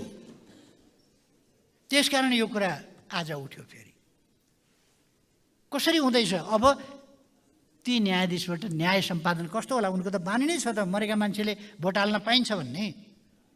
अरबमा भएकाले नहालिकन यहाँ उनका नाउँमा भोट खस्यो त। दिवंगत भएका मान्छेहरूको नाममा यहाँ भोट खस्यो त। नखसाएका मान्छे, खसाउन गएकाले खसाउन पाएनन्, लखेटियो, चुटियो। जो गएकै छैन उनका नाउँमा फटाफट मत हालियो। मान्छे मारिकन बुथ कब्जा गरेर लुटेर जित घोषणा गरियो। त्यही गर्ने मान्छे, त्यही गराउने मान्छे न्यायाधीश भएपछि प्रवृत्ति कस्तो रहेछ, बानी कस्तो रहेछ, अब उसले झन् उनको सोझो गर्न परेन। अनि न्यायालय कस्तो बनाउन खोजिरहनु भएको छ सम्माननीयज्यू? कस्तो न्यायालय बनाउन खोजिरहनु भएको छ?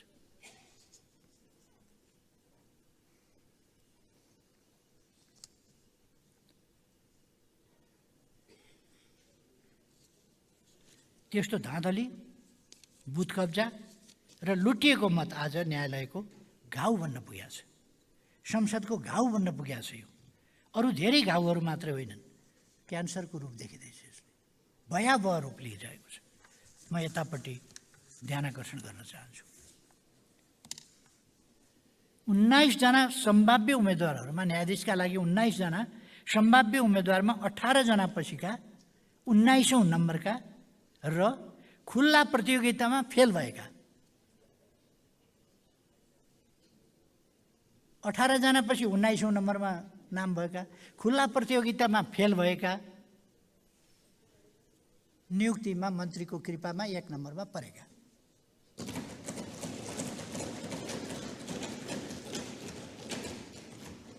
अनि कर्तव्य पालनामा कस्तो, अघि मैले भने नि त्यस्तो धाँधली हुँदा केही भएको छैन भनेर लेखेर दिन अप्ठ्यारो नमान्ने, त्यस्ता खालका त्यो योग्यता पुरा गर्न हस्ताक्षर गरेका, त्यसका लागि सम्पूर्ण गतिविधिहरू पनि मिलाएका यस्तो विशेष दक्षता भएका व्यक्तिलाई न्यायाधीश यहाँहरूले नियुक्त गर्नुभएको छ।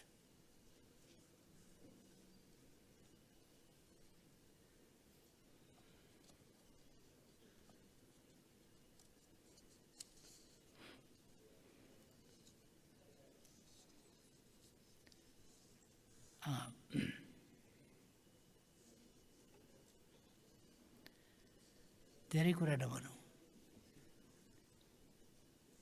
त्यो मेरा विरुद्धको मुद्दामा उफ्री उफ्री सक्रिय भूमिका खेल्ने फर्मका सहयोगी वकिललाई न्यायाधीश बनाउनु परेको रहेछ।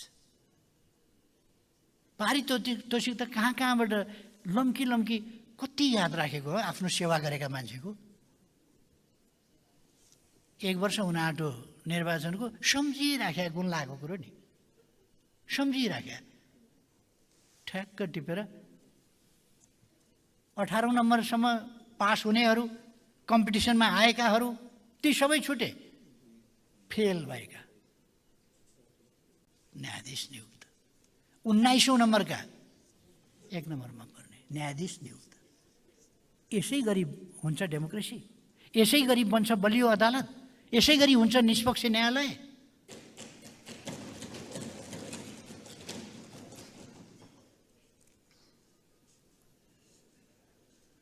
गठबन्धनलाई मन नपर्ने आदेश गर्ने न्यायाधीशलाई त रुकुम रोल्पा धकेल्नु हुँदो रहेछ नि, होइन? मन नपर्ने आदेश कथम कदाचित गर्यो, निष्पक्ष बोल्यो, सही कुरा बोल्यो भने उसलाई अपायिकमा सरुवा गर्ने, यही हुन्छ डेमोक्रेसी। यसैले न्यायालयलाई सबल बनाउँछ, न्यायाधीशको मनोबल दह्रो बनाउँछ। विभिन्न संयन्त्रहरूको गलत ढङ्गले प्रयोग नगर्नुहोस्, यसले राम्रो नतिजा दिँदैन। म त्यति भन्न चाहन्छु। सम्माननीय सभामुख महोदय, सरकार गठबन्धन खुसी होला।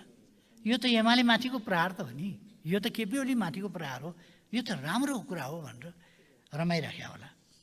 म गम्भीरतापूर्वक यस गरिमामय संसदमा रेकर्ड गराउन चाहन्छु, यो घटनालाई साधारण नियुक्ति र सरुवाको विषयको रूपमा लिन सकिँदैन। यो साधारण नियुक्तिको कुरा होइन, साधारण सरुवाको कुरा होइन। यो न्याय प्रणालीसँग, अदालतको स्वच्छता, अदालतको मर्यादासँग, अदालतमाथिको जनविश्वाससँग जोडिएको विषय छ यो।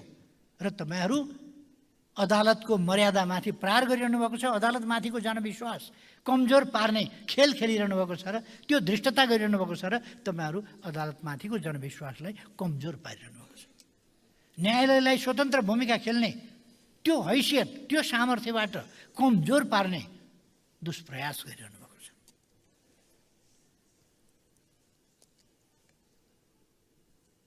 यो यसकारण सभामुख महोदय, यो संविधान माथिको प्रहार हो, यो हस्तक्षेप हो, अनुचित हस्तक्षेप। नत्र भने परीक्षामा फेल भएकै मान्छे छानेर, 19 नम्बरकै मान्छे छानेर धाँधली बाजलाई न्यायाधीश बनाउन निर्णय गरिँदैन थियो। यो संविधानमाथिकै हस्तक्षेप हो।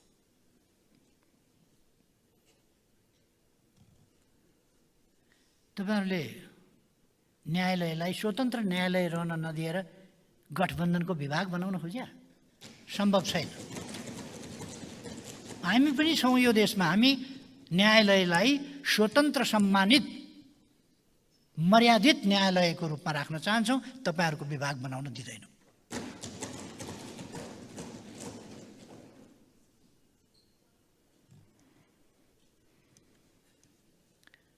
यस विषयमा जिम्मेवार हुन म आग्रह गर्न चाहन्छु। हुन त प्रधानमन्त्रीजीले के भन्नुहुन्छ भन्ने अनुमान गर्न गाह्रो छैन,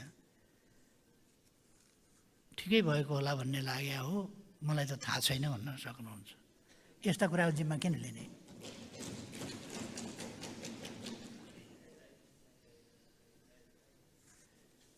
सरकारमा छैन्जेलसम्म त अनेक कुराहरूको हत्कण्डाहरू प्रयोग गरेर बचिएला, तर सरकारले, तपाईँले, गठबन्धनले नेपाली जनतालाई जवाफ त दिनुपर्छ यसको।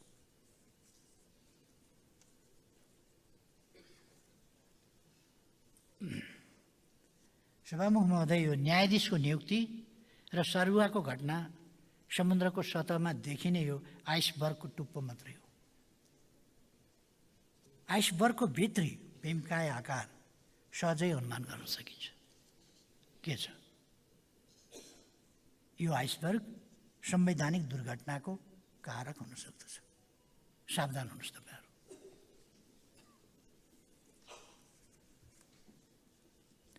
सम्माननीय सभामुख महोदय, मुलुकको आर्थिक सङ्कटप्रति यति उदासीन, बेमतलब, बेखबर, गैर जिम्मेवार सरकार सायद नेपालको इतिहासमा कहिले पनि थिएन, कहिले पनि थिएन।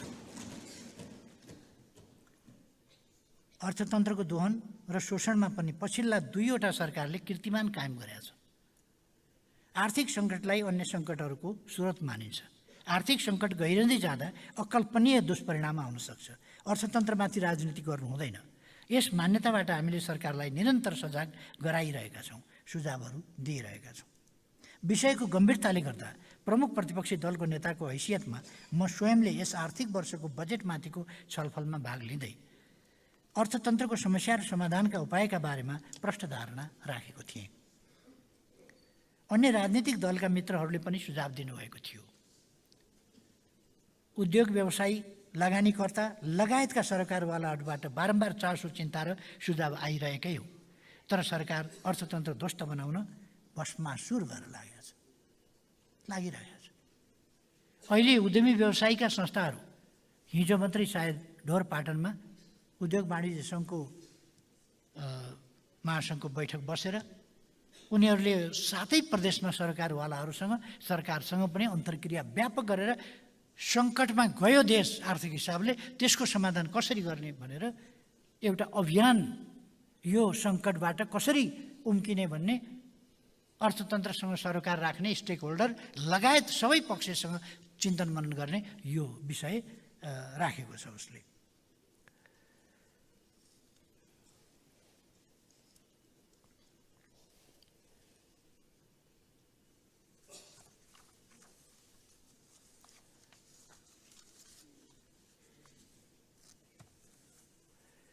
हामीले भनेका थियौँ, अर्थतन्त्रका परिसूचकहरूले अर्थतन्त्र मन्दीको चपेटामा पर्दै गएको देखाएका छन्। मन्दीबाट तत्काल बाहिर ल्याउन विशेष सुधारका योजना ल्याउनुहोस्। राजस्व प्रशासन सरकारको नियन्त्रणमा छैन। चोरी, निकासी र अन्य चुहावटलाई संरक्षण नदिनुहोस्, संलग्न पनि नहुनुहोस्, प्रोत्साहन पनि नदिनुहोस्। राजस्व प्रशासनमा इन्फोर्समेन्टलाई कडाइ गर्नुहोस्। साधारण खर्चमा मितव्ययी बन्नुहोस्। पुँजीगत खर्च बढाउन आयोजना व्यवस्थापनमा ध्यान केन्द्रित गर्नुहोस्। कृषि, औद्योगिक क्षेत्र, पर्यटन, वन क्षेत्रको उत्पादन र उत्पादकत्व वृद्धि गरी आत्मनिर्भर बन्ने र निर्यात बढाउने योजना कार्यान्वयन गर्नुहोस्। व्यापार घाटा घटाउन तत्कालीन दीर्घकालीन क्षेत्रगत कार्यक्रमहरू कार्यान्वयन गर्नुहोस्। अन्तर्राष्ट्रिय आर्थिक सहायता उत्पादनशील क्षेत्रमा मात्रै परिचालन गर्नुहोस्। रोजगारीका अवसरहरू सिर्जनामा प्राथमिकता दिनुहोस्। सामाजिक सुरक्षाका कार्यक्रमलाई विस्तार र व्यवस्थित गर्नुहोस्। बैङ्क तथा वित्तीय संस्था र उद्यमी व्यवसायी लगानीकर्ताको समस्या समाधानमा केन्द्रित हुनुहोस्। फिस्कल पोलिसी र मोनिटरी पोलिसीमा तालमेल मिलाएर आर्थिक क्रियाकलापको विस्तार गर्न प्राथमिकता दिनुहोस्। यी लगायतका कैयौँ सुझावहरू हामीले पेश गरेका थियौँ, राखेका थियौँ। सभामुख महोदय, त्यति बेला प्रस्तुत बजेटलाई परिमार्जन गरौँ, प्रतिपक्ष सम्पूर्ण सहयोग गर्न तयार छ, मैले प्रस्ताव गरेको थिएँ। अरू मैले के भनेको थिएँ भने तपाईँहरूले कार्यक्रम ल्याउन मेहनत गर्न मन छैन भने नेकपा एमाले आफूले सरकारको नेतृत्व गर्दा अघि बढाएका राष्ट्र र जनताका हितका ती तमाम कार्यक्रमहरू अगाडि बढाउँ, निरन्तरता दिउँ। अर्थतन्त्र कुनै पार्टीको हुँदैन, यो देश र जनताको हो। विभिन्न विवादका बीचमा माननीय अर्थमन्त्रीलाई शङ्काको सुविधा दिउँ भनेर प्रतिपक्षी दलको तर्फबाट सदाशयता र सहयोगको विश्वास दिलाएको थिएँ। तर सरकार बाहिर नाङ्लो ठटाउँछ, भित्र सुन तस्करी, चोरी निकासी, ठगी, भ्रष्टाचार, गठबन्धनका अभियन्ताहरूको अपराध, ढाकछोप र अवैध आर्जन, यस्ता कुरामा ढाकछोप गर्नेदेखि लिएर बचाउ गर्नेदेखि लिएर यस्ता कुरामा प्रत्यक्ष परोक्ष के हो? यहाँनिर सरकार डुबेको देखिन्छ। यता अर्थतन्त्रको सङ्कट गहिरिँदै गएको छ। 6.5% आर्थिक वृद्धिको लक्ष्य 4.3%मा खुम्चिने अन्तर्राष्ट्रिय संस्थाहरूले सङ्केत गरेका छन्। तर सरकारको गति, दशा र दिशा हेर्दा 2% पनि नपुग्ने सहजै अनुमान गर्न सकिन्छ। यो लगातारको अधोगति देशका निम्ति बहुतै डरलाग्दो सङ्केत हो। सभामुख महोदय, म सम्माननीय प्रधानमन्त्रीज्यूको यता ध्यान आकर्षण गर्न चाहन्छु कि यो गम्भीर सङ्कटतर्फ देश जाँदैछ। यो अर्थतन्त्रको हिसाबले राजस्व सङ्कलनको इतिहास समीक्षा गर्दा आर्थिक वर्ष 35-36 को तुलनामा 36-37मा कम सङ्कलन भएको थियो, एउटा दृष्टान्त। त्यसपछि अब 78-79 को तुलनामा 79-80मा कम उठेको थियो भने 80-81 को साउन र भदौ महिनामा अघिल्लो आर्थिक वर्षको सोही अवधिको भन्दा कम राजस्व सङ्कलन भएको छ। अथवा 36-37 पछि 79-80मा आएर अब 80-81मा आउँदा त सुरुमै यसको सङ्केत अत्यन्तै डरलाग्दो देखिएको छ। अनौपचारिक अर्थतन्त्र झाँगिएको छ। राज्यका निकायहरू चोरी, निकासी र तस्करीको संरक्षक, उत्प्रेरक, सहजकर्ता र अभिभावक बनेका छन्। करदाता, उद्योग व्यवसाय र लगानीकर्ताहरूमा आतङ्क सिर्जना गरिएको छ। स्वच्छ व्यवसाय गर्न नसक्ने बनाइएको छ। राजनीतिक नेतृत्वको कुरा छोडौँ, ब्युरोक्रेटिक लिडरसिप अर्थ मन्त्रालयमा इतिहासमै यति छिटो परिवर्तन कहिले पनि गरिएको थिएन। अनि कसरी अर्थतन्त्र स्टेबल हुनसक्छ? एउटा आउँछ, एक थो गर्छ, फेरि तुरन्त हट्छ, अर्को आउँछ, अर्को।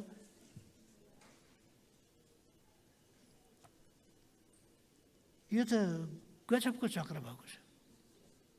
सुनिन्छ त्यसका पछिका खेलहरू पनि। त्यतापट्टि म अहिले जान चाहन्न। कर्मचारीको विषय विज्ञता, इमान्दारिता र ट्र्याक रेकर्डको त मतलब नै भएन।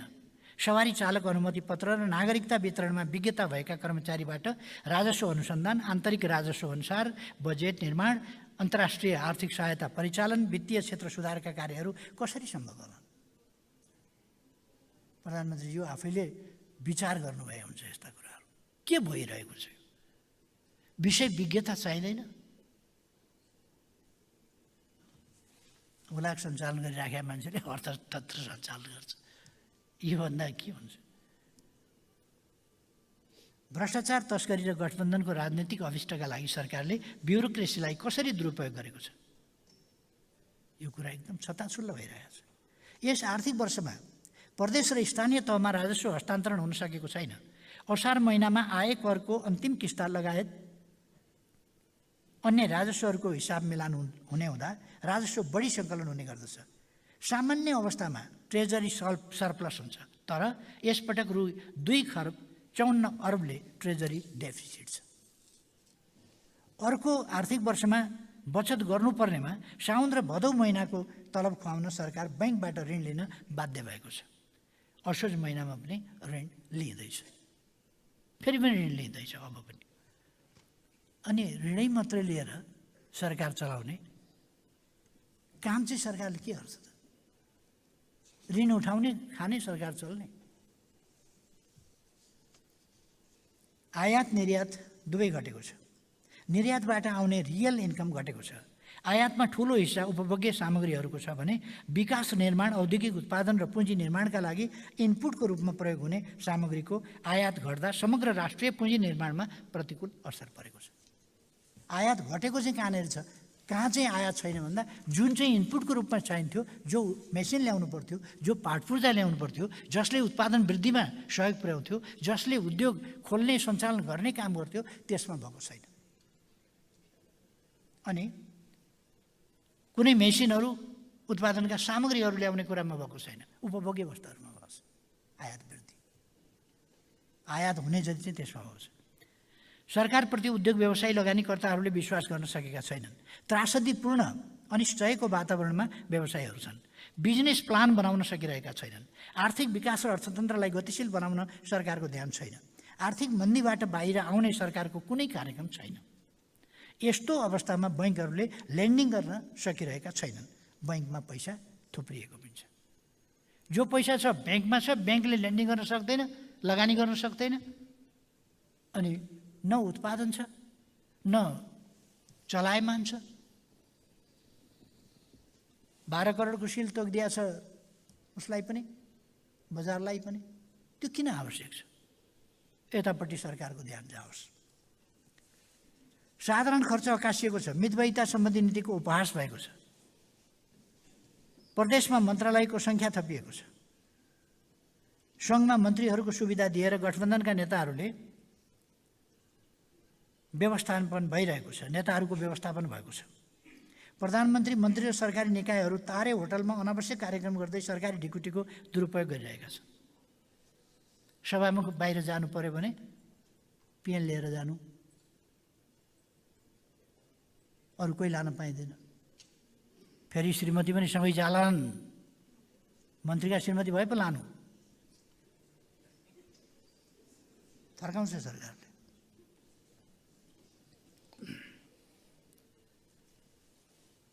कर्मचारीहरूको विदेश यात्राको लस्करले कति कर्मचारी बाहिर गइरहेका छन्, कतिको सङ्ख्यामा गइरहेका छन्।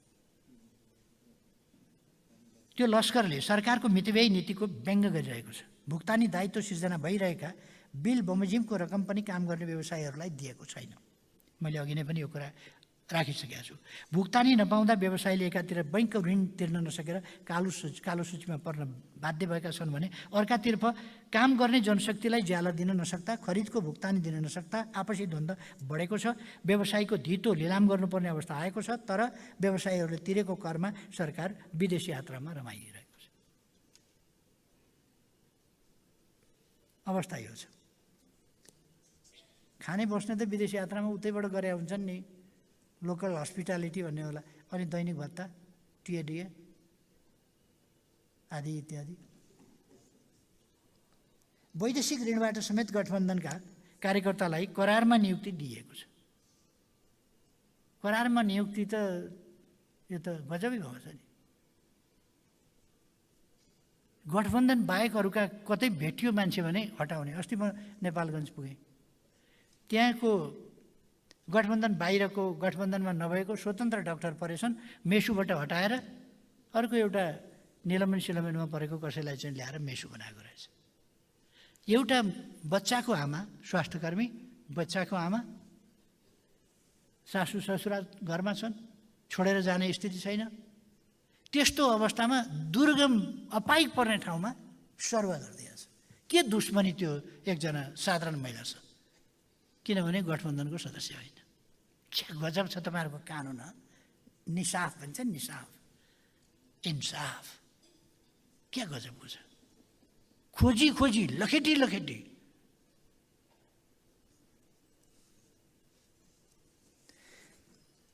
अर्कोतर्फ पुँजीगत खर्च निराशाजनक छ। वैदेशिक सहायताको शोध भर्ना अलपत्र छ। उत्पादनशील क्षेत्रभन्दा बाहिर पनि वैदेशिक ऋण लिने प्रवृत्ति बढ्दो छ। उता सरकार भने विप्रेषण आप्रवाहमा वृद्धि भएको तथ्याङ्क देखाएर अर्थतन्त्रका परिसूचकहरूमा सुधार आएको उत्सव गरिरहेको छ। यसमा भर नपर्नुहोस्। कुनै पनि समय यो विप्रेसन किन थुप्रिएको छ भन्दाखेरि त्यसको सदुपयोग पनि हुन सकेको छैन। विप्रेसन किन थुप्रियो? फरेन करेन्सी किन थुप्रियो? कामै नलगाएपछि त अनुत्पादक ढङ्गले बस्यो। ब्याङ्कमा पैसा किन थुप्रियो? कार्यक्षमता छैन, प्लानिङ छैन, आफ्ना मान्छेलाई खुवाउने बाहेक अन्त ध्यानै छैन त कहाँबाट योजनामा जान्छ, कहाँबाट काम हुन्छ? राजस्व घट्ने, खर्च बढ्ने, ऋण बढ्ने, उत्पादन घट्ने, निर्यात घट्ने, व्यापार घाटा बढ्ने, सामान्य मात्र होइन प्राविधिक जनशक्तिहरू पलायन हुने, अनौपचारिक अर्थतन्त्र आधिकारिक विस्तार हुने, हुन्डीको कारोबार अकासिने, चोरी निकासी र राजस्व चुहाट बढ्ने, मूल्य वृद्धि अकासिने, मुद्राको अवमूल्यन हुने, विकासका कार्य ठप्प हुने, उद्यमशीलता मूर्छित हुने जस्ता सङ्कटापूर्ण अर्थतन्त्रका सङ्केतहरूतर्फ सरकार गम्भीर भएन, हुन पनि चाहेन र हुन सकेन। यो सरकार देशलाई टाट पल्टाएर असफल राज्य बनाउने नियतका साथ आएको शङ्का लाग्छ। किन यस्तो भइरहेको छ? हामी भनिराखेका छौँ, कराइराखेका छौँ, अन्तिममा तपाईँहरूले के भन्नुहुनेछ? सरकार पक्षले के भन्छ यहाँ भने एकजना माननीयले मात्रै ठिक भन्नुहुन्छ। यति लामो भाषण गर्यो, पत्यार लाग्दो, त्यही भन्नुहुन्छ अन्तिममा। यो प्रश्न धेरै गम्भीर प्रश्न भएको हुनाले म यस गरिमामय सदनको ध्यानाकर्षण गर्दैछु। बोल्नका लागि बोले होइन, देशप्रतिको चिन्ता जाहेर गरेको हो, देशको भविष्यप्रतिको चिन्ता जाहेर गरेको हो, लोकतन्त्रको भविष्यप्रतिको चिन्ता जाहेर गरेको हो। यत्तिकै यहाँ समय खर्च गर्न खोजेको होइन।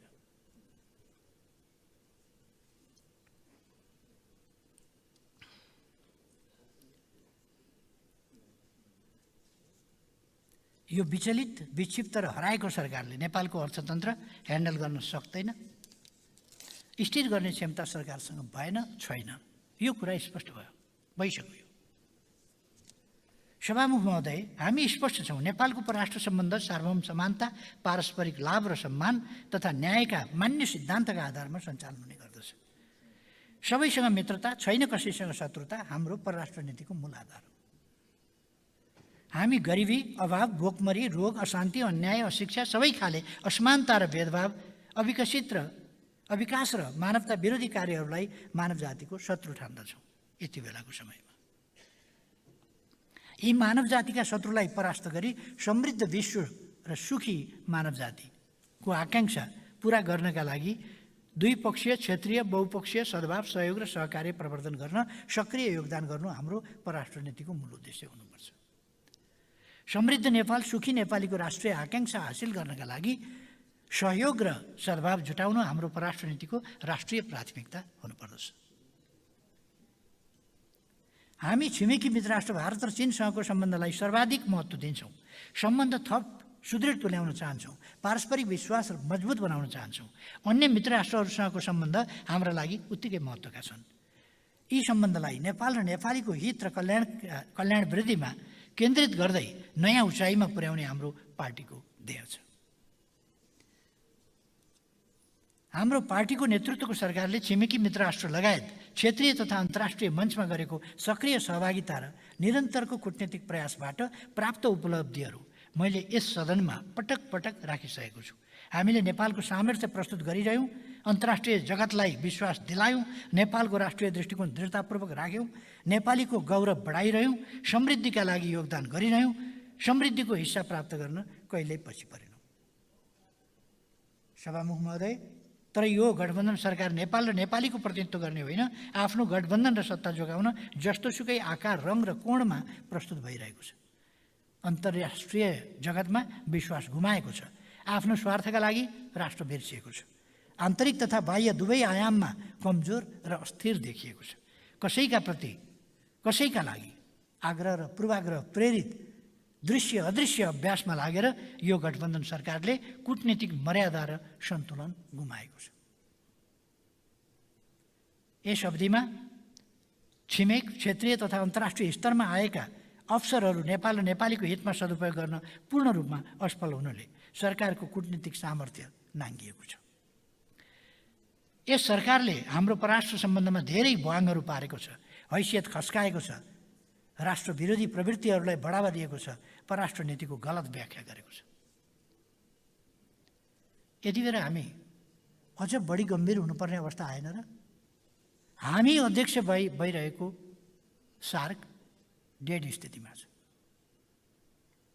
हामी अध्यक्ष भइरहेको एलडिसी हल्ला नै चलेको अवस्थामा छ। कुनै चलायमान छैन र त्यसले एलडिसीबाट मुक्त हुनका लागि ठोस कदम कुन कुन देशमा के गर्ने त्यो केही गर्न सकेका छैन। एलएलडिसीमा हाम्रो भूमिका के छ? केही भइरहेको छैन, केही हामी गरिराखेका छैन। भारतले खुलस्त रूपमा असंलग्नता होइन, हामी असंलग्न होइनौँ भनेको छ, भन्न थालेको छ। यस अवस्थामा हाम्रो परराष्ट्र नीति, हाम्रो छिमेक सम्बन्ध, हाम्रो असंलग्नता, हाम्रो तटस्थता, हाम्रा पञ्चशीलका सिद्धान्तहरू के हुने हुन्? शान्तिको हाम्रो सबल निरन्तरको पक्षधरता के हुन्छ? त्यसलाई हामी कसरी पुनर्पुष्टि गर्छौँ, पुनः परिभाषित गर्छौँ, के गर्छौँ? मलाई लाग्छ यस सम्बन्धमा हाम्रा नीतिहरू पुनर्पुष्टि गर्नुपर्दछ। त यस सम्बन्धमा सरकार सजग छैन। यसपल्टको 16 दिने भ्रमणपछि फर्किएर आएपछि सम्माननीय प्रधानमन्त्रीजीले एउटा संक्षिप्तै भन्नुपर्छ त्यसलाई लिखित वक्तव्य पढ्नुभयो। आफै पनि कन्भिन्स नभएको स्थिति सम्माननीय प्रधानमन्त्रीज्यूको वक्तव्यमा, यही ठाउँमा उभिएर प्रधानमन्त्रीजीले दिनुभएको वक्तव्यमा आफैले बोलेका कुराहरू पनि विश्वस्त नभएको त्यो कुरा झल्किन्थ्यो। हामी अन्तर्राष्ट्रिय क्षेत्रमा सुनिन्छौँ, बोल्या भए पो सुनिनु। केही बोल्नुभएको छ र? इपिजी रिपोर्ट बोल्नुभयो? बोल्नु भएन कसरी सुन्छ दुनियाँले? सिमानाको कुरा गर्नुभयो, अरू विभिन्न समस्याको कुरा गर्नुभयो। कसरी सुन्ने? नेपालका कुरा चाहिँ के हुन्? अरूका कुरा त सुनिए, सही गरिए अरूका कुरा, हाम्रा कुरा चाहिँ कहाँ गरिए? अनि नेपाललाई सुनियो, कहाँ सुनियो? के सुनियो त? 1950 को सन्धि लगायतका सम्पूर्ण कुराहरूको पुनर्विचार, पुनर्छानबिन गर्ने भन्ने कुरा कहाँ गयो? के भयो? नेपाल देखिने भयो। अब तपाईँ गएपछि त देखिनै भयो नि त अगाडि। तपाईँ त्यहाँ गएपछि त, प्रधानमन्त्री भ्रमण गएपछि त देख्ने भएन नि मान्छेले। नेपाल देखियो, त्यहाँ युएनमा पनि देखियो। हो, युएनमा देखियो, अस्ति नै भारतमा देखियो, यसपल्ट चीनमा पनि देखियो, रङ्गशालामा पनि देखियो, तर सुनिएन। नेपाल बोलेको थिएन।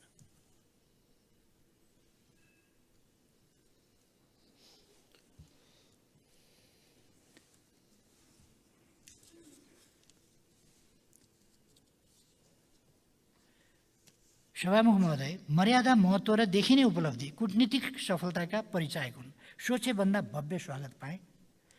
खुलेर सबै कुरा भयो, विषयहरूमा पूर्ण सहमति भयो, अगाडि बढ्ने धारणा आयो, पूर्ण सफल भए, परिणाम आउँछ। प्रधानमन्त्रीले भन्नुभएका कुराहरू यिनै हुन्। उहीँदेखि है, उहीँदेखि भन्दै आउनुभएको कुरा। यो मैले कोटिन कोट राखेको फेरि प्रधानमन्त्रीका कुराहरू, यसमा कुनै तलमाथि छैन। यहाँले भन्नुभएको कुरा, सरकार प्रमुखका यस्ता अभिव्यक्तिहरू यो असफलता छोप्ने, असफलताले उब्जाएको लाज छोप्ने टालाहरू मात्रै हो, अरू केही होइन। जोइन्ट कम्युनिके संयुक्त पत्रकार सम्मेलन, हस्ताक्षर भएका दस्तावेजहरू एकातिर, सम्माननीय प्रधानमन्त्रीज्यूको अभिव्यक्ति अर्कातिर। बरु अलिक गाह्रो भयो राष्ट्रिय प्राथमिकता विषयहरू राख्ने अवसर मिलेन वा सोझै भन्न सकिएन, यस्तो अभिव्यक्तिमा बरु राष्ट्रप्रतिको अलिक इमान्दारिता झल्किने थियो कि त्यसो भनेको भए गोल मटोल।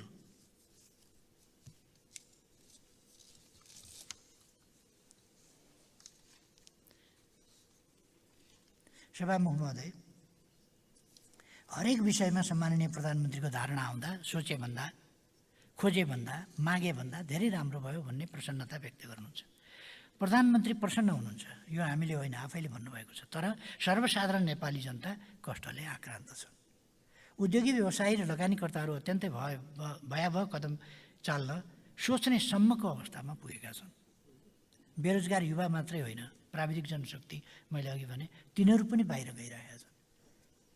देशमा काम गर्ने मान्छे छैन, खेतहरू बाँझा छन्। प्रधानमन्त्रीजी, यो चान्चुने कुरा होइन। यो कुरालाई कसरी रोक्ने? विद्यार्थीहरू बाहिर गइराखेका छन्। खरबौँ रुपियाँ बाहिर गइरहेको छ। पसिना देशभित्र बगिराखेको छैन। देश सिगार्ने काममा, देशमा उत्पादन बढाउने काममा, देशको अर्थतन्त्रलाई आत्मनिर्भर बनाउने कुरामा हामीले हाम्रो युवा शक्तिलाई प्रयोग गर्न सकिरहेका छैनौँ। बाहिर गइरहेको छ। गम्भीर अवस्था होइन? यस्तो अवस्थामा हजारौँ सङ्ख्यामा आवासीय चिकित्सकहरू सरकारको निरङ्कुशता र समस्या समाधानप्रतिको उदासीनताले विदेशिने तयारीमा छन्। 1000ले पासपोर्टका लागि आवेदन गरेको मैले गर्ने भन्ने कुरा सुनेको थिएँ। गरे कि गरिसके कि गरेका छैन। विरक्त भएर यहाँ काम गरिरहेका डाक्टरहरू 1000ले एकैचोटि पासपोर्ट बनाएर निवेदन। यो सरकारलाई केही कतै अलिकति चिसो हावाले हान्दा पनि थाहा पाइन्छ हो, छालामा छुँदा पनि। तपाईँको कानमा यत्रो झापु लाग्ने गरी कानमा 1000 डाक्टरले एकैचोटि पासपोर्ट लिन्छु भन्दाखेरि कतै केही छोएन? कस्तो कान हो सरकारको?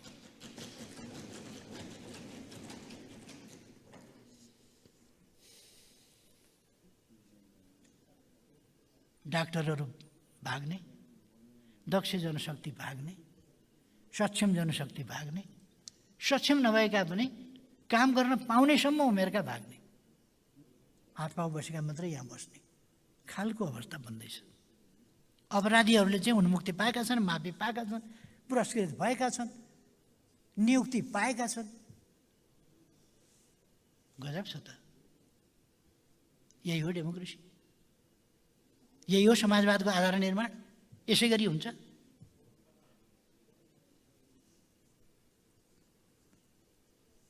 यो कस्तो सरकार हो? इतिहासको कुन सरकारसँग यसलाई तुलना गर्ने? राजनीति र अपराधमा फरक देखिन छोडेको छ। आर्थिक सङ्कट एकातिर, शान्ति सुरक्षा बिग्रिदो अर्कातिर, संविधान कानुन र राज्य प्रणाली नचिनेका बिचौलिया र गठबन्धनका परिवारका सदस्यहरूले शासनको निर्णय गरिरहेका छन्। गठबन्धन दलका लागि उही संविधान कानुन कार्यान्वयन हुनुपर्ने होइन? त्यस बाहिर मनपरी कार्यान्वयन भइरहेको छ। मूल्यवृद्धि, कालोबजारी, अभावको मारमा सर्वत्र साधारण मूर्छित छन्। सेवा प्रवाह अस्तव्यस्त छ। अब यो दसैँ तिहारमा हेर्नुपर्ने छ आपूर्ति व्यवस्था कस्तो हुन्छ, दुर्गमको अवस्था कस्तो छ। बनाउला गराउला भनेका बनाउँदाका बाटाहरू, ती नाकाहरू मैले खोलेको हुँ, ती बाटाहरू मैले सुरु गरेँ हुँ। तर बन्छ भन्दा पनि खुसी हुनुपर्ने अवस्था छ। भन्दैका रोकिया छन्, बन्छ भन्दा के खुसी हुने?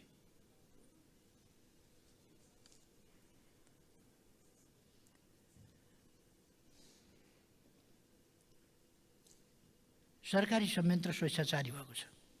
सरकार देश र जनताको होइन, हामीले बुझ्नै नसकिने काममा व्यस्त देखिन्छ। केमा हो केमा? के गरिराखेको छ त यो सरकार? गठबन्धनको यो शासनलाई के शासन भन्ने? केलाई सुशासन भन्ने?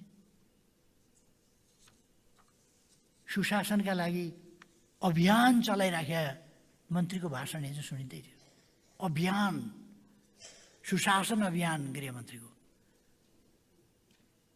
यही एक दुईवटा न्यायाधीश नियुक्ति, योग्यता पुगेका न्यायाधीश नियुक्ति, योग्य पुण्य कर्म गरेकाहरूको माफी, कैद मिना, एसिड छर्ने खुना चलाउनेहरूलाई कैद मिना, यही हो सुशासनतर्फको अभियान। गृहमन्त्रीजीले बुझ्नुभयो हुन्छ, यसको विरोध गरिराखेका छन् यस अभियानको भन्नुहुन्छ उहाँ। हो, हामी विरोध गरिरहेका छौँ र विरोध गर्नेछौँ, डटेर विरोध गर्छौँ। यो कुशासनको अभियान हो।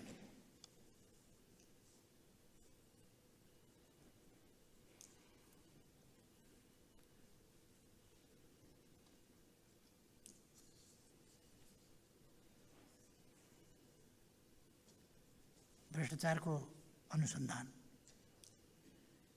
यत्र केसलाई जसले निजी सम्पत्ति, ललिता निवासको निजी सम्पत्ति, के अरे सार्वजनिक सम्पत्ति, जसले आफ्नो हो भनेर दाबी गर्यो, आफ्नो बनायो, त्यसलाई आफ्नो बनाउन मद्दत गर्यो, तिनीहरूको बारेमा कुनै खोजबिन भएको छ? मुद्दा चलेको छ? तिनीहरूको बारेमा खोजबिन भएको छैन, मुद्दा चलेको छैन। अनि आफ्नो बनाइसकेको जमिन कसले किन्यो हो, त्यसमा मुद्दा चलाउने, यता धडपकड गर्ने तमासा गरिएको छ। केमा नमिल्या हो म बुझ्दिनँ, केमा नमिलेर गिरफ्तार भए तिनीहरू? जसले सरकारी जमिन आफ्नो बनायो, त्यो आफ्नो बनाउनेलाई कारबाही गर्नु पर्यो नि। कसले आफ्नो बनायो? आफ्नो बनाउन मद्दत गर्ने को हुन्? सरकारी श्रेष्ठता देखेको नदेखेको गरेर, सरकारी श्रेष्ठता लुकाएर सरकारी जमिन, सार्वजनिक जमिन, सरकारी जमिन व्यक्तिका नाउँमा हस्तान्तरण गराउने को हुन्? कसको हात छ? त्यो खोजी हुनु पर्यो। त्यो खोजी त भएको छैन। किर्तेमा भनेर किन्नेहरूलाई पैसा हालेर, धनी पूर्जा हेरेर मालमा गएर पास गर्नेहरूलाई, भूमि सुधारमा गएर पास गर्नेहरूलाई किर्ते मुद्दा चलाएको छ। के किर्ते मुद्दा हो ललिता निवासको मुद्दा? किर्ते मुद्दा मात्रै हो? यत्रो भ्रष्टाचार काण्ड किर्ते मुद्दा हो?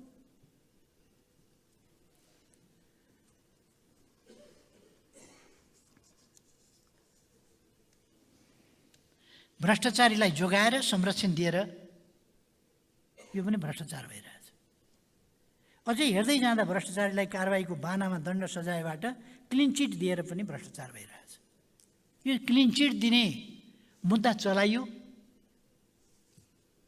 विभिन्न छानबिनका नाटकहरू गरिए, अनुसन्धानका नाटक गरिए, मुद्दा दर्ता गरियो। अब जसलाई दर्ता गरेको छ तिनले त उन्मुक्ति पाउलान् नै, किनभने खास अपराधीलाई त दर्तै गरेको छैन मुद्दा। जसले भ्रष्टाचार गर्यो त्यसमाथि किन छानबिन हुँदैन?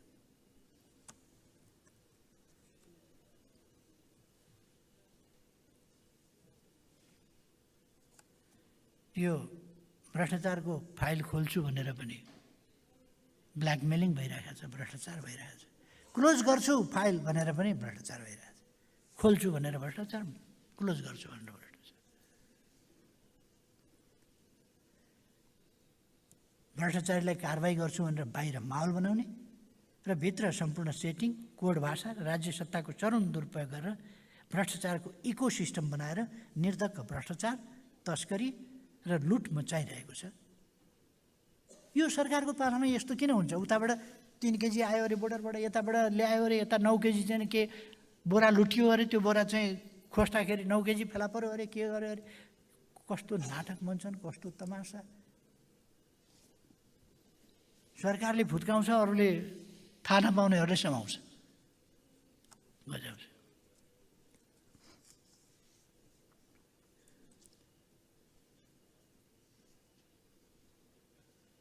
गजब के छ भने अनुसन्धान गर्ने निकाय आरोपितहरूकै निवासमा सर एक दुईवटा कुरा अनुमति पाउँछु भने सोधौँ कि भन्न जान्छ। यसो गरेर ल राम्रा कुरा सोध। हजुरलाई केही थाहा छ यसबारे? छैन, थाहा छैन। योभन्दा गजब के हुन्छ? अनुसन्धान सिद्धि हो। त्यति भएपछि सलाम हजुर, केही सोध्न पाइन्छ?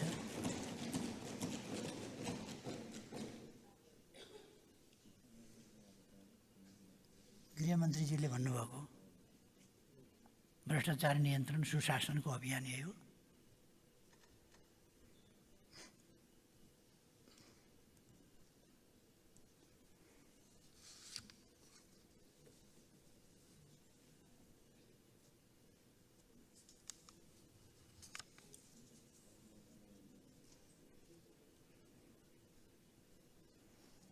जनताका अनेक समस्या छन्।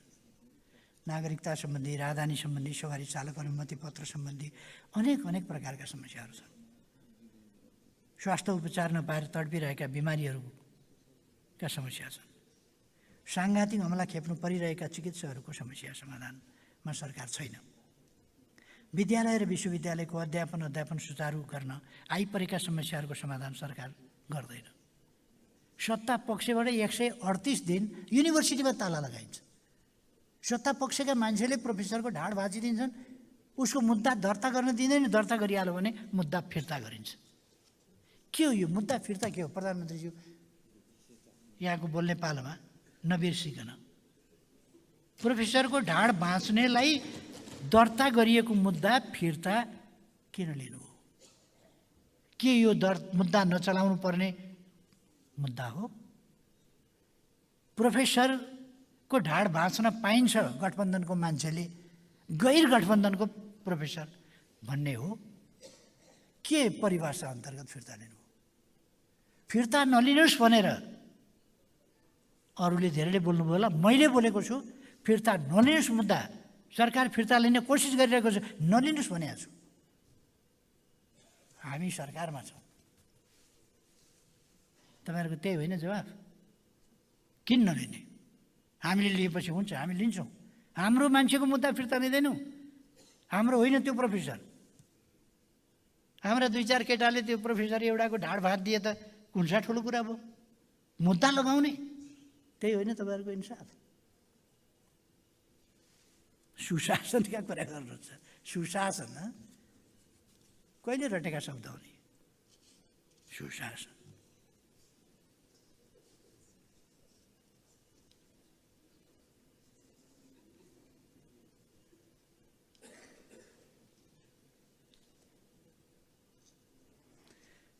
सम्माननीय प्रधानमन्त्रीज्यू, म भन्न चाहन्छु, सुशासनको सम्बन्धमा लुई 14बाट होइन, बरु महेन्द्र मल्ल भन्ने एकजना थिए, छानामा निस्किएर रैतीका घर हेर्थे। त्यति बेला काठमाडौँ सानो थियो। रैतीका घर हेर्थे, कुन घर धुवायो, कुन घर धुवाएन, धुवाएन भने किन धुवाएन सोधी खोजी हुन्थ्यो। शासक भएपछि राजाहरूले पनि त्यति गर्थे। जनताबाट निर्वाचित जनप्रतिनिधिको सरकारले यस्ता कुराहरूमा जनप्रतिनिधित्वको पन, लोकतन्त्रको पन, लोकतन्त्र त्यसको पन आउनु पर्दैन?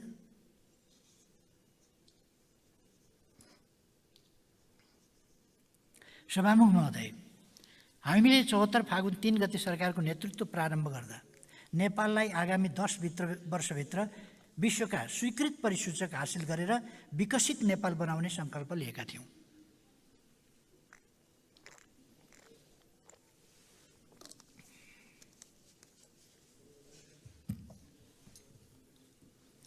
नीति, कार्यक्रम, बजेट, कार्ययोजना कार्यान्वयन इकाइसँग कार्य सम्पादन सम्झौता गरेर समृद्धिको अभियान प्रारम्भ गर्यौँ। मैले नेतृत्व गरेको हाम्रो पार्टीको सरकारले 3 आर्थिक वर्षमा सुरु गरेका नीति, योजना, कार्यक्रम र प्राप्त भएका नतिजा, उपलब्धिहरू र बाँकी कार्य सम्पन्न गर्ने टाइमलाइन मैले यस सम्मानित सदनलाई पटक पटक जानकारी गराएको छु। म स्पष्ट दोहोऱ्याउन चाहन्छु, मैले समस्या होइन समाधान गर्दैछु होइन, अङ्कमा नतिजा प्रस्तुत गरेको छु। ती विषयहरू नेपाली जनताबीच सजीव छन्। अहिले पनि पछिल्लो करिब 2.5 वर्ष नेपालको शासन हातमा लिएको यो गठबन्धनका 2वटा सरकारले यस अवधिमा आफूले प्राप्त गरेको होइन। देश र जनताको हितका लागि गरेका कार्यहरू, उपलब्धिहरू, नतिजाहरू यस गरिमामय सदनलाई जानकारी दिन म माग गर्दछु। फेरि पनि मैले भनेको छु, तथ्याङ्कमा अङ्कमा कुरा गरौँ। यतिकै भएको छ, उपलब्धि भएको छ, सकारात्मक सङ्केत देखिएका छन् भनेर हुँदैन। जनताको जीवनस्तरमा कति परिवर्तन आयो, कति गरिबी निवारण भयो, कति व्यक्तिहरूलाई तपाईँहरूले यस अवधिमा निरपेक्ष गरिबीको रेखाभन्दा माथि कतिलाई उठाउनु भयो, कति उद्योगहरू स्थापना गर्नुभयो, कति किलोमिटर बाटो बनाउनु भयो, कति हवाई मैदानहरूको के भयो, स्तरोन्नति भयो कि के भयो, कहाँ के गर्नुभयो, कतिवटा विद्यालयको पुनर्निर्माण गर्नुभयो कि नयाँ निर्माण गर्नुभयो, अस्पतालहरू के गर्नुभयो, तथ्यमा आउनु पर्यो। के भयो? दैनिक कति किलोमिटर कालोपत्रे सडक निर्माण गर्दै हुनुहुन्छ, पुल कति थप्नुभयो। हामीले स्रोत साधन समय सीमा सहित प्रारम्भ गरेका पूर्व पश्चिम उत्तर दक्षिण र प्रदेश राजधानीसँग स्थानीय सदरमुकाम जोड्ने रणनीतिक सडक लगायत कति राजमार्गहरू सम्पन्न भए। लेन विस्तार, स्तरोन्नति, टनल निर्माण, सडक दुर्घटना रोक्न सडक सुरक्षाका प्रबन्ध कति थप्नुभयो। रेल, पानी जहाज र सेटेलाइटको विषय त यो गठबन्धन सुन्न पनि सक्दैन। मानव जातिले अन्तरिक्षको अनन्तदेखि प्रशान्तको फेदसम्म आफ्नो पहुँच बनाइसकेको छ। हामी सामुद्रिक पहुँचको योजना गर्दा यो गठबन्धन मजाक ठान्छ। म स्पष्ट गर्दछु, यी अरूले असम्भव देख्ने, अरूको क्षमता बाहिरका काम यहाँहरूले छोडिदिए हुन्छ, पछि एमालेको सरकारले गर्नेछ। अरूको बुताएको कुरा होइन। सिँचाइका बहुद्देश्य आयोजनाहरू कहाँ पुगेका छन्? विमानस्थल निर्माण र स्तरोन्नति कति भए? खानेपानी आयोजनाहरूको दशा के छ? मेलम्चीको पानी सुचारू गर्न यस सरकारलाई केले रोकेका छ? लुम्बिनी र पोखराका विमानस्थलमा अन्तर्राष्ट्रिय उडान भर्न किन चासो छैन? बिचौलिया भएनन् कि कमिसन मिलेन कि के भयो? मदन भण्डारी विज्ञान तथा प्रविधि विश्वविद्यालय स्थापना गरी विश्व स्तरको प्राविधिक जनशक्ति स्वदेशमै उत्पादन गर्न यो सरकारलाई किन टाउको दुख्यो? वडा स्तरदेखि वीर अस्पतालसम्म स्वास्थ्य सेवाका पूर्वाधार र जनशक्ति विकासका आयोजनाहरू कहाँ पुगेका छन्? स्वास्थ्य बिमाको कार्यान्वयन कसरी भइरहेको छ? कृषि उत्पादन कति बढाउनु भयो? वृक्षारोपण कति थप्नुभयो? शिक्षा र स्वास्थ्यमा के सुधार गर्नुभयो? विद्युत उत्पादन प्रसारण लाइन निर्माणमा के उपलब्धि भएका छन्? उद्योग व्यवसाय लगानीकर्तालाई कसरी सहजीकरण गर्नुभएको छ? खानी र खनिज सम्बन्धी उद्योगहरूको अवस्था के छ? लगानीको परिसूचक कस्ता छन्? दौबारी फलाम खानी त्यसको प्रगति के भइरहेछ? दैलेखको पेट्रोलियम सम्बन्धी के भइरहेछ? अरू यस्ता थुप्रै कुराहरू के भइरहेछ? यी प्रश्नहरू लगायत राष्ट्रको विकास निर्माण र नेपाली जनतालाई उपलब्ध गराइएको सेवा सुविधाको विषय संसदको र हामी सांसदहरूको सर्वाधिक चासो र महत्त्वको विषय हुनुपर्छ, बनाइनुपर्छ। म आग्रह गर्दछु, सरकार विकास निर्माण जनसेवामा देखिनुपर्छ। आज विकास मात्रै होइन, अत्याधुनिक विकास ज्ञान र प्रविधिमा आधारित विकासमा राष्ट्रहरू प्रतिस्पर्धामा छन्। तर अफसोस, यहाँ सरकार हराएको छ, राष्ट्र, जनता र संसद छलिरहेको छ। सरकार प्रमुख खोज्नुपर्ने अवस्था आएको छ। आखिर शासन चलाउन प्रधानमन्त्री चाहिने रहेनछ, अरू कसैले चलाएको रहेको रहेछ। यो सरकारले संसद र जनता फेस गर्न सक्दैन। मुलुकमा प्रारम्भ भइसकेको विकास निर्माण अभियानलाई पछिल्ला 2वटा सरकारले अवरुद्ध पारेका छन्। आयोजनाहरू अलपत्र छन्, कतिपय खारेज गरिएका छन्, कतिलाई देखाउनका लागि निरन्तरता दिएको छ, तर बजेट विनियोजन छैन। बजेट भएका आयोजनाहरूको पनि प्रगति निराशाजनक छ। अर्कोतर्फ निर्माण सम्पन्न भएका आयोजनाहरूको अपरेसनमा पनि सरकार पूर्ण असफल छ। हामीले सम्पन्न गरेका पूर्वाधारहरूको उपयोग गरी आर्थिक क्रियाकलापको विस्तार गर्ने, उत्पादन र उत्पादकत्व वृद्धि गर्ने कुनै चासो, चिन्ता र योजना यो सरकारमा देखिएन। अत्याधुनिक उच्च ज्ञान र प्रविधिमा आधारित अन्तर्राष्ट्रिय स्तरका विकास निर्माणका नयाँ गेम चेन्जिङ प्रोजेक्टहरू कार्यान्वयन गर्ने भिजन यो सरकारले दिन सकेन। सर्भिस डेलिभरी दिन नसक्ने, डेभलपमेन्ट डेलिभरी दिन नसक्ने, केवल रित्तो कोल अथवा ओहिरो नहालेको जाँतो घुमाएर सत्ता भोग गर्ने पद आसक्त यो सरकारको अझै पनि औचित्य केही छ र? अब थप क्षति हुनबाट राष्ट्रलाई जोगाउनुपर्छ। म सबै मान्यजीहरूमा, सबै दलहरूमा आग्रह गर्न चाहन्छु। सभामुख महोदय, यहाँले समय दिनुभएकोमा म हार्दिक धन्यवाद भन्न चाहन्छु र सबै मान्य सदस्यज्यूहरूलाई धैर्यतापूर्वक सुनिदिनु भएकोमा पनि धेरै धेरै धन्यवाद भन्न चाहन्छु। धन्यवाद।